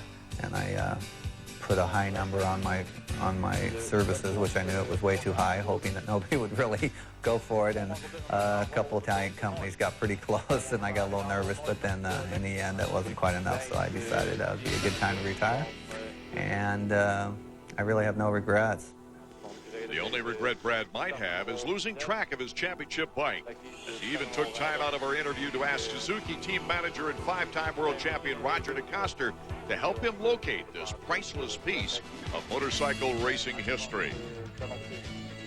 it'd be a nice addition for my little tiny trophy collection. It's nothing like yours. You got a huge one. You got lots of bikes. I don't have any. I only won 1 world championship, not 5. So if I could get my 1 bike, I'd really be a happy camper. So anything you do for me, thanks, Roger. Yes, that was the answer to our Suzuki trivia question as well. Brad Lackey, a 500 champion one time. After several years of trying, he finally nailed it down. Stefan Roncada gave us a 125 sweep. Can number 4, Ricky Carmichael, sweep the 250s here at Budds Creek. The weather is hell. We've got terrific conditions. And Kevin Windham, who started on the inside in the first moto, is on the opposite end of the gate for Moto 2. Right next to his teammate Tortelli. They're off and running, the second moto underway here at Budds Creek. And look at that, number 14, Kevin Windham, again the hole shot. He just made a straightaway out of it. That was beautiful. Doesn't matter where he lines up. Let's see if he can hold on to things now, as Kevin Windham is our leader, David. That was amazing. He got off that cement perfect. He beat his teammate out. That's what he had to do, get his elbow underneath his teammate, get around him, and he could just control that first corner. But this time, Villeman has a much better shot. And a bobble there by Windham. Villeman in very close proximity now, looking for opportunity to make the pass. Villeman, after a real tough time of it in that first moto. Those guys went through that whoop section so fast. I don't even know if they realized how fast they got through. They made a straightaway out of that as well. Villeman didn't even look like he let off. Thought he had the pass made, but Kevin got through there just as quick. And look at the distance they already opened up on third. Windham and Villeman pulling away from the pack now as they battle. Such a great 1-2 battle in the second moto of the 125s. Can we match it here with Team Yamaha's David Villeman and Team Honda's Kevin Windham? I believe so. Both these guys have a little something to prove. You got Kevin, who went down while leading that first moto. I have a feeling he was ready to check out. Villeman, now he knows who he is and where he is after that first moto when he went down the first corner and smacked his head. This time he wants to really try to get some points back after that first moto at Southwick, losing his clutch. He can't afford to drop more points, and he dropped a lot in that first moto, so he's got to get hot now.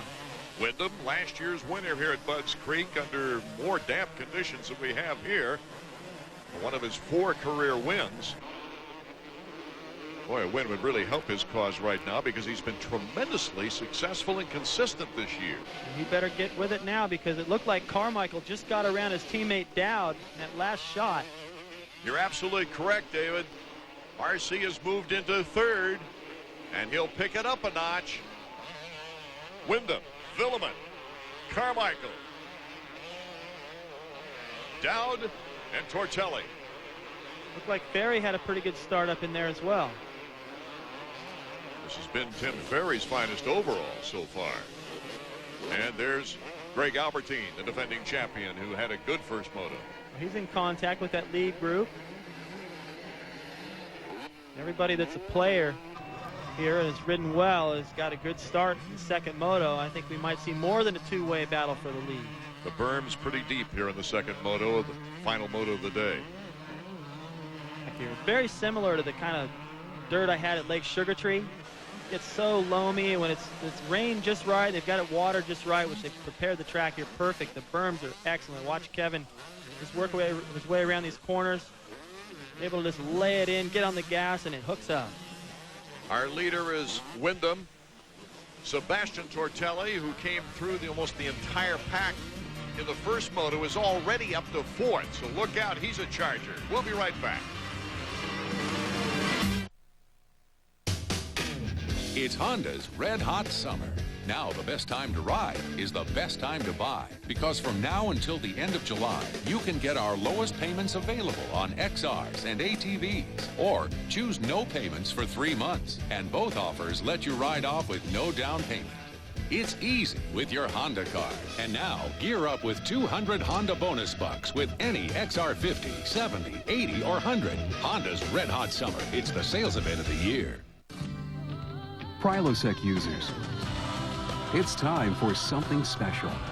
Wherever the summer takes you.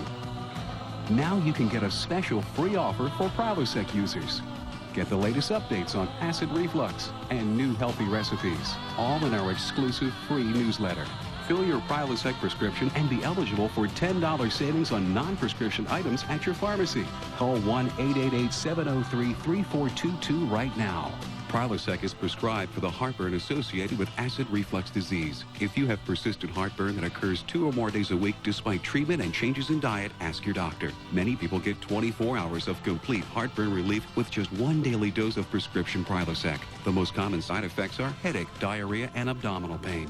So call now for your free newsletter and $10 savings. 1-888-703-3422. Get a great free offer and have a great summer.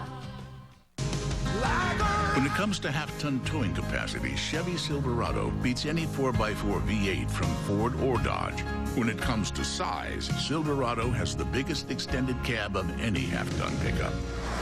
What'd you do to my truck? I just gave it a wash. And with an offer like this, we made a great truck look even better. Silverado, the truck from Chevy. A man's got to protect his image. We saw a great 1-2 battle in the last 125 moto, but look at this. It's forming up to be an outstanding 250 moto. Out front, Kevin Windham. And right behind him is David Villeman, number 934. Villeman desperately needing a win here to get back in the title chase after some tough times in the opening motos in the last couple of races. I don't see any signs that Kevin is slowing down. It just looks like he's getting pressure from guys who are trying so much hard. A little mistake by Kevin. Here comes Villeman. Bar to bar we go. Don't forget the huge ruts at the bottom of this hill. Villeman wading through them, looks back. He is our new leader. Starting off his first full season in 250s, placing second in Supercross and beginning this year with 3 straight podiums, including 2 wins, a great accomplishment. And he's a never give up type of guy, just like so many others we've described. This is where he feels like he belongs, out front. He's definitely got the speed to do it, but boy, after that first moto in Southwick, losing his clutch, no points, and then the first moto here going down to the first corner, probably had to be wondering a little bit what happened. Kevin comes up a little bit short on this plateau. Watch, he touches the top, goes back up in the air while Villeman is driving power to the ground. They get side by side through here, but Villeman's got the inside. It's the outside right there, but became the inside at the bottom of the hill for the pass. And here is our first moto winner, Ricky Carmichael. He is currently in 3rd, and he is moving. He better be. Tortelli is moving a little bit quicker and has actually caught this pack. Tortelli could push this into a 4-way battle in a matter of like a lap and a half. They were going that much faster. Sebastien Tortelli, number 21. Ricky Carmichael was able to hold him off with a brilliant piece of racing at Glen Helen. Remember that Tortelli just tried everything possible that he knew of in the book of racing to get by RC, and RC just never cracked. I think that's what Tortelli was counting on. He was surprised by the fitness of Ricky to go the distance, and they're going to get into it here again. Chad Watts is RC's mechanic, and Davey Coombs is with him now in the mechanics area. Chad, how'd Ricky feel between motos? Did he seem winded at all, or did he seem like he was raring to go? Yeah, he seemed actually all right. Didn't seem that dehydrated or tired. Yeah, just kind of relaxed and ate a sandwich and waited for the next moto. This time he had to line up on the far inside as compared to the outside. It's like he and Windham switched positions, but both times you got to give Windham credit. He got the jump. Yeah, Kevin's a really excellent starter, and Ricky decided to go inside that time because the inside line was good, but I think he might have got bumped on the start. No excuses. Overall, Kevin's a really good starter. You think that Ricky will lay back and watch that Villeman Windham out for a little while, or is he going to jump up and join it? There ain't time. Tortelli's right on his rear wheel. So we got a great battle for first place with Villeman and Windham, and a super battle here for 3rd with Ricky Carmichael and Sebastien Tortelli. Well, Carmichael, like I said in the first moto, he always feels like he's out there, wants to smoke these guys. He always feels like he's got something to prove. He's got so much fire in him. He wants to win this moto. You know he's not going to give up. He's going to try. He's going to take chances if he has to, and Tortelli's back there, maybe the faster of all these 4 guys. I have a feeling this is going to get good. It's already good. Carmichael, since Mount Morris and that 12-12 for an 11th overall, has felt that, hey, I've got to win races. I've got to win motos. I can't sit back and just be consistent because I've got some catching up to do. And Ricky Carmichael certainly is riding that way. These guys are going so fast. Just when they come through that whoop section, it looked like earlier in the day they were timing through there, trying to find a rhythm. Now they're just pegged through there. They don't even care if there's a rhythm. They're just wide open. This track, too, has such great elevation changes and speed going downhill, and you have to brake just the right way. We'll be right back with more action.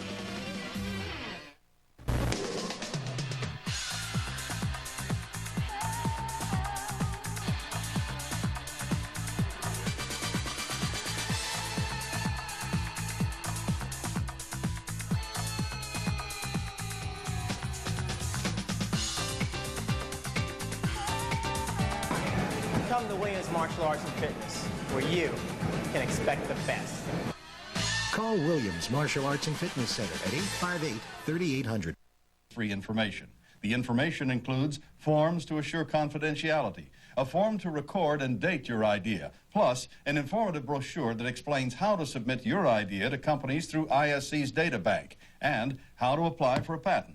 Even if you only have an idea for improving an existing product, you'll want to call now for ISC's free information. For your inventors information, call toll-free 1-800-652-0101. That's 1-800-652-0101. Tonight on ESPN at 8, the Women's Gold Cup semifinal. At 10, Baseball Tonight. And at 11, Sports Center. On ESPN2 at 6:30, kart pole qualifying. At 9, sumo wrestling. And at 10, it's Major League Soccer action. LA visits Dallas. And on ESPN Classic at 9, a miracle comeback in '88. And at 11, another Duke buzzer beater in the 1990 East Regional Final. Do you have all the ESPN networks? We're back at Budds Creek, where a Frenchman just won the 125. A Frenchman is now leading the 250, and here's a Frenchman that's picking up the caboose of the freight train to the contenders. It's unbelievable what's going on with France. The guys that are coming out of there, how much dedication they have. They come over here, they give up everything, they learn our language, and they're kicking our tails. Carmichael to the inside, and oh, Ricky Carmichael moves up a notch. What a move by Ricky through that gnarly-looking section. He didn't care how deep the berm was, as long as it was good enough for the pass. And Tortelli's right there. Look at this battle. And while these guys are battling, and let me add, I cannot believe how fast and how hard these guys are charging. Villemin is pulling away. There he just went by the other way into the off-camber. Villemin in first place. Ricky Carmichael now trying to catch him as Windham and Tortelli go at it. Tortelli makes a clean pass on his Team Honda teammate. It didn't seem like there was any room there, but that has been the favorite spot of Tortelli to get by all these guys. And anticipating the rain, see that green on the top of Tortelli's helmet? That's a sponge. Remember those guys were doing that at Mount Morris in the mud. If it would have rained here, that would keep the mud from sticking to the top of his helmet and weighing his head down. Ricky Carmichael does have plenty of time, though, to catch our leader.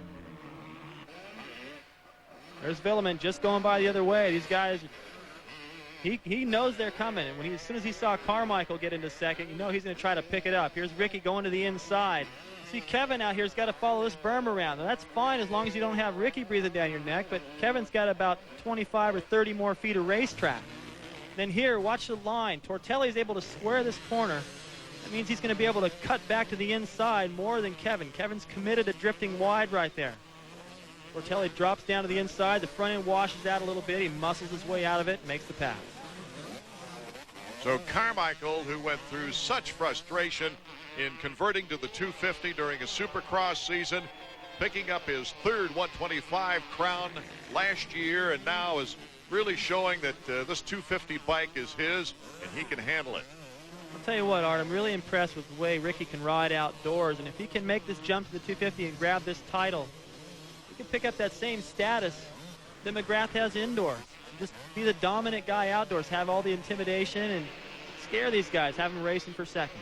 As we see Tim Ferry leading a freight train of big names, I got to bring up the point that McGrath has won here twice. And people tend to forget he has 15 national outdoor victories. Well, yeah, I think a lot of people forget. I have at times, and I think it's because of the fact that his success indoors is so ridiculous. It's easy to overlook what's going on with his record outdoors. I mean, 70 Supercross wins pretty much overshadows the 15 outdoors. There we see Albertine, and there's Larocco, number 5. But the guy who took 5th place in the first moto, Tim Ferry, is currently holding that position down in front of John Dowd. Albertine just monorailed that berm back there, made up a little time on these guys. LaRocco's just looking for an opportunity. The fact that Albertine was able to get around that berm at the bottom of the hill so fast, he was able to make that pass at the top. Well, this is good competition back in the pack, but let me tell you, David Villeman here, number 934, is going to have some great competition. Right there, Ricky Carmichael. He has reeled him in. What a performance by Carmichael. Now, can he get close enough to intimidate and put pressure on him? Let's go down to Davey in the pit area. Brian, it's starting to look like Ricky's got a hook into David. Do you think David can fight him off? You know, I don't know. It's looking like David might be slowing down just a little bit, making a few mistakes on the backside of the track. I hope he can pick it back up. That headache may be coming into play. I don't know. We'll have to see how it goes. I noticed this time around, right before the mechanics area, David looked over his shoulder and saw Carmichael use that inside line that he used to pass Windham. Do you think David's going to move over this time? You know, I don't know. He's got that outside line pretty good. I don't think he's losing any time to anybody right there. We'll just have to wait and see. Well, after getting word of the concussion that David Villeman suffered in the first moto, I'm surprised he's even out there, David. Well, this is part of the race where everything's pumping, the adrenaline, the blood, you got the throbbing going on. He may have a little bit of a problem with trying to focus right now, and who wouldn't? Look at the pressure he has. He gets a big swap right there, and it forced him to the outside berm. I don't think he wanted that one. Boy, look at Tortelli, too. Tortelli hounding Ricky Carmichael. This could be a bang, bang, bang finish. Hold on.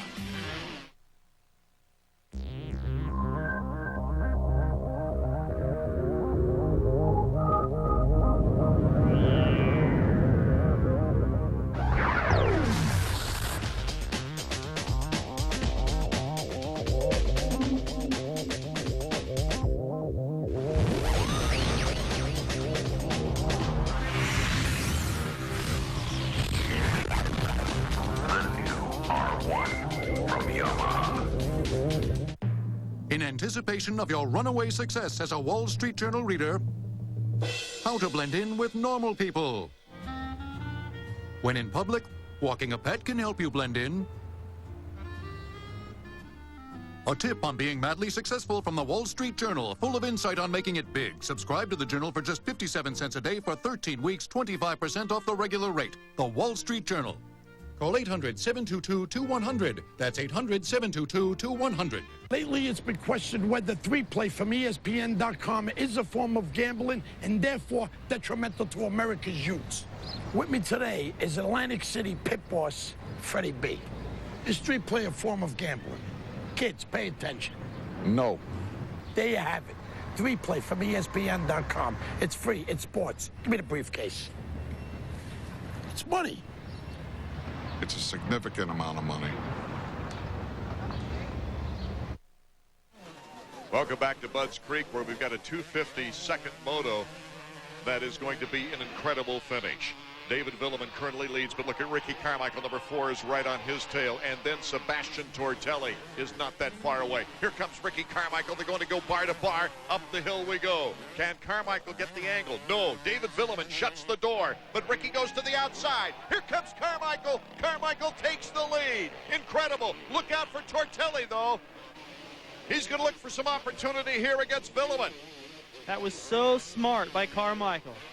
I didn't think he was going to be able to get around, and Villeman was trying to guess what he should do right there, and Carmichael picked the perfect line. Carmichael trying to pull away as Villeman tries to hold off Tortelli for second place. Oh, Tortelli around that corner on the outside, carried a wheelie through the corner and all the way down the straightaway. Power to the ground. These guys are giving it everything. In and out of the shadows now. Here comes Tortelli. Tortelli looking for second place. Oh, what a great afternoon for Tortelli, despite having his problems with the first turn crash in the first moto, coming all the way back. Tortelli getting a little bobbled there down in the horseshoe. Tortelli's so focused and so motivated to catch Carmichael. Even his foot coming off the peg right there didn't knock him off center. The crowd going bananas, as you can see. They love their Pastrana. But they are great motocross fans here at Budds Creek, and this is a record crowd. It's the biggest crowd they've ever had. Look at Tortelli right here trying to make his move on Windham, and he jumps way into the corner, lands. He's going to square it down there in the shadows. Imagine how hard it is to see your line right there. Tortelli cuts it sharp. He's able to get the power back down to the ground once they went over that next plateau a little sooner and able to make the pass on Windham. I wouldn't be surprised if Tortelli now just doesn't do the same thing to Carmichael with the speed that he's been able to garner. Well, if this were the first race of the season, then I think Tortelli could be a little bit smart. But he already knows that if he doesn't put enough pressure on Carmichael like he did at the first round, Carmichael can hang on and not make a mistake. Here, he's really got to push him.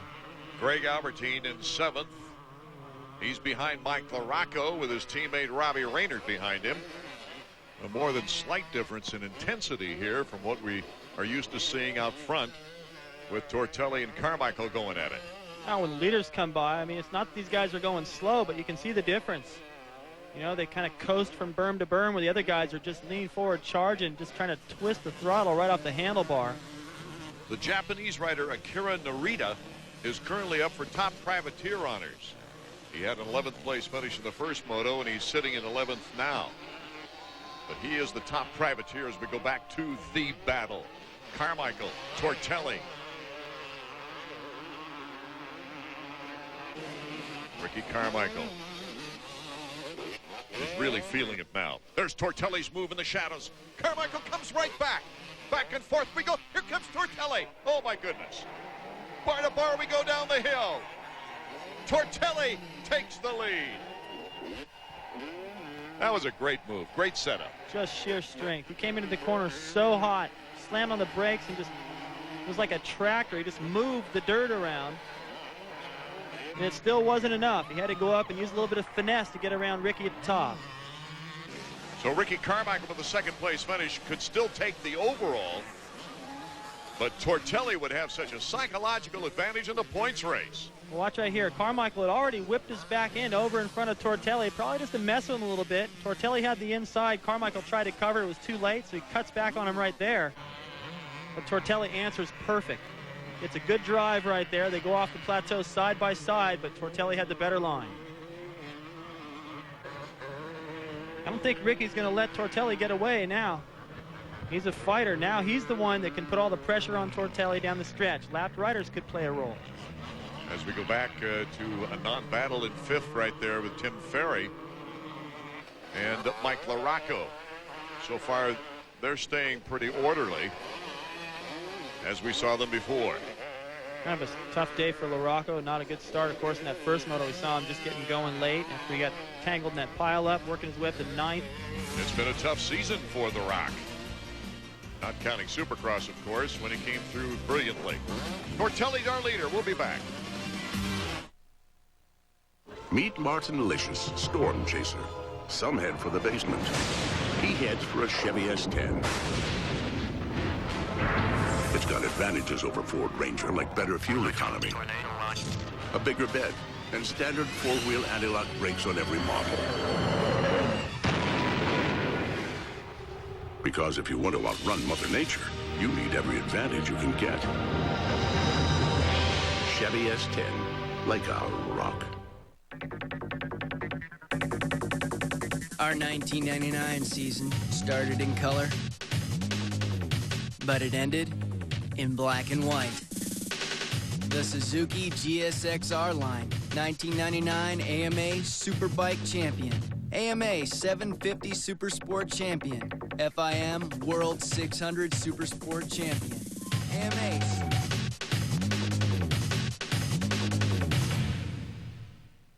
Soccer fans, get ready for great MLS action. When you order MLS ESPN Shootout, you'll get up to 100 matches you can't see anywhere else. So bring the action home. Order now. Call your cable company, DirecTV, or Dish Network.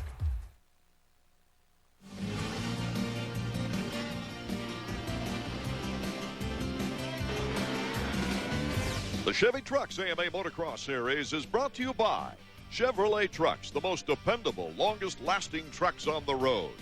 And by Honda, the company that defines performance on 2 wheels. Performance first. And by Suzuki, makers of innovative motorcycles and ATVs. We're back for the white flag lap. Sebastien Tortelli taking the lead away from Carmichael. Carmichael not that far away here on the last lap. What does he have planned? Something outrageous. That's what it's going to take to get around Tortelli, because he is solid. He's going fast enough. Ricky's going to have to take chances. In this position earlier in the... Oh, whoa, look at that. Ricky Carmichael comes right in and does a block pass on Tortelli. Makes Tortelli stop. Had no idea that was coming. Tortelli had such a lead going down that hill. I had no idea Carmichael could get in there. I don't know if Tortelli really appreciates the way he looked back and stopped like that. I'd be so motivated to get him back. Well, they still have a lot of this lap to go, though. And Tortelli has opportunity. Let's see if he can get him back. Yeah, Ricky may have pulled the trigger a little early, because now Tortelli's got about 3/4 of a lap to try to come back. Look at Ricky coming down the hill on the inside. Doesn't look like he's got enough time. Tortelli sees him and waits a little bit, thinks, I'll just cut back under him. And Ricky does that little chicken look over at you, stopping the line thing. I don't know. He's famous for that, but that would just aggravate me. If I ever did something like that to Hannah or Rick Johnson, I'd be parked in the stands the next moment. But Carmichael has the lead. Will he hold on to get the sweep? Oh, you got to hand it to him. He did what he had to do. That's Ricky Carmichael. That's his style, whatever it takes. You got to admire somebody that wants to win that bad. These guys both do. Tortelli slipping out just a little bit in the back turn, but you can see that red fender. That's right his favorite corner. Look how close he got. A lapper, a couple of lappers. They're going to have to work around. Look out, here comes Tortelli on the inside, but Carmichael takes the inside line. He's going to split the lappers. Carmichael. Oh, that was a good break for Ricky. And the checkered flag for Carmichael. His second sweep of the year, his third victory of the season. And Ricky Carmichael has turned the trick here in the second moto, catching Tortelli and repassing him. David Villeman holding on for third, Kevin Windham in fourth. Let's go down to Davey Combs. David, I know that first turn crash in the first moto had to have hurt a little bit, but you came out in the second moto, you fought the whole way, you even had the lead for a while. Your head had to have been hurting. Yeah, you know, I crashed out in the first turn, and I could not remember the track for a few laps, and I had a terrible headache. And I'm happy with my podium second moto, because I could ride far back, but I did a great shot. My back was really well, and so I'm happy with the podium second moto. How's your head feel now? I feel very bad, and I need to go sleep now. Okay, well, we'll let you go get something to drink. Good job, David. Good shot. Ricky Carmichael with the sweep. Tortelli and Windham rounding out the podium. Albertine in very good performances, but look at David Villeman in sixth. That seems to be a telling story in the last couple of races. Back to Davey. Well, Ricky, man, that was a motocross race. Yeah, it was, Davey. I tell you, got a mediocre start, and all the heavy hitters were in front of me except Sebastien, and he latched onto me there, and he saw my lines, and I couldn't shake them, and I'd pass somebody, then he would pass somebody right back, and you know, it seemed like it took me longer to pass people. I don't know if he had Kevin let him by and David let him by, you know, but you know, I rode 100%, and I couldn't shake him when he was behind me, so I let off, and he got by me, and I passed him the last lap. You know, I was getting tired of, you know, these guys pushing me around, and we're out here for a championship. I'll give it 110%. So with the victory, Ricky Carmichael goes back into the points lead by 4 over Tortelli, by 10 over Windham, and Villeman now slipping from the scene slightly, 30 points behind Ricky Carmichael. It was all the way back in 1984 that Jeff Ward won the 125 title, and then he moved up to the 250 class. That's my boy. See the 16 survivor castaway. You're gonna take the punishment if you crash. Excellent. You know, and you've done a great job in talking about taking a chance. I appreciate you coming out on this show because you never know what I'm going to ask you. We just kind of wing it, right, Alan? Yeah, definitely. You guys did a great job. It was a pleasure having Alan Foster and Robbie Miranda on the show. Can't wait for our next edition of XPS as we continue into the snowboard season, and also we'll get into the Vans Triple Crown of Surfing as that's coming up too, and towards the end of the year. For Alan Foster, for Robbie Miranda, for XPS, I'm Paul Higgins. Thanks so much for watching. We'll see you again next time. This has been a presentation of ESPN, the worldwide leader in sports. For more information, log on to ESPN.com. Part of the Go Network, go.com. In the last race, we saw Suzuki's Travis Pastrana win his second 125 race of the season. Not only did he do it in dominating fashion, but he gained valuable championship points on Yamaha Troy rider Stefan Roncada. With only 3 races left in the season, Travis comes into Millville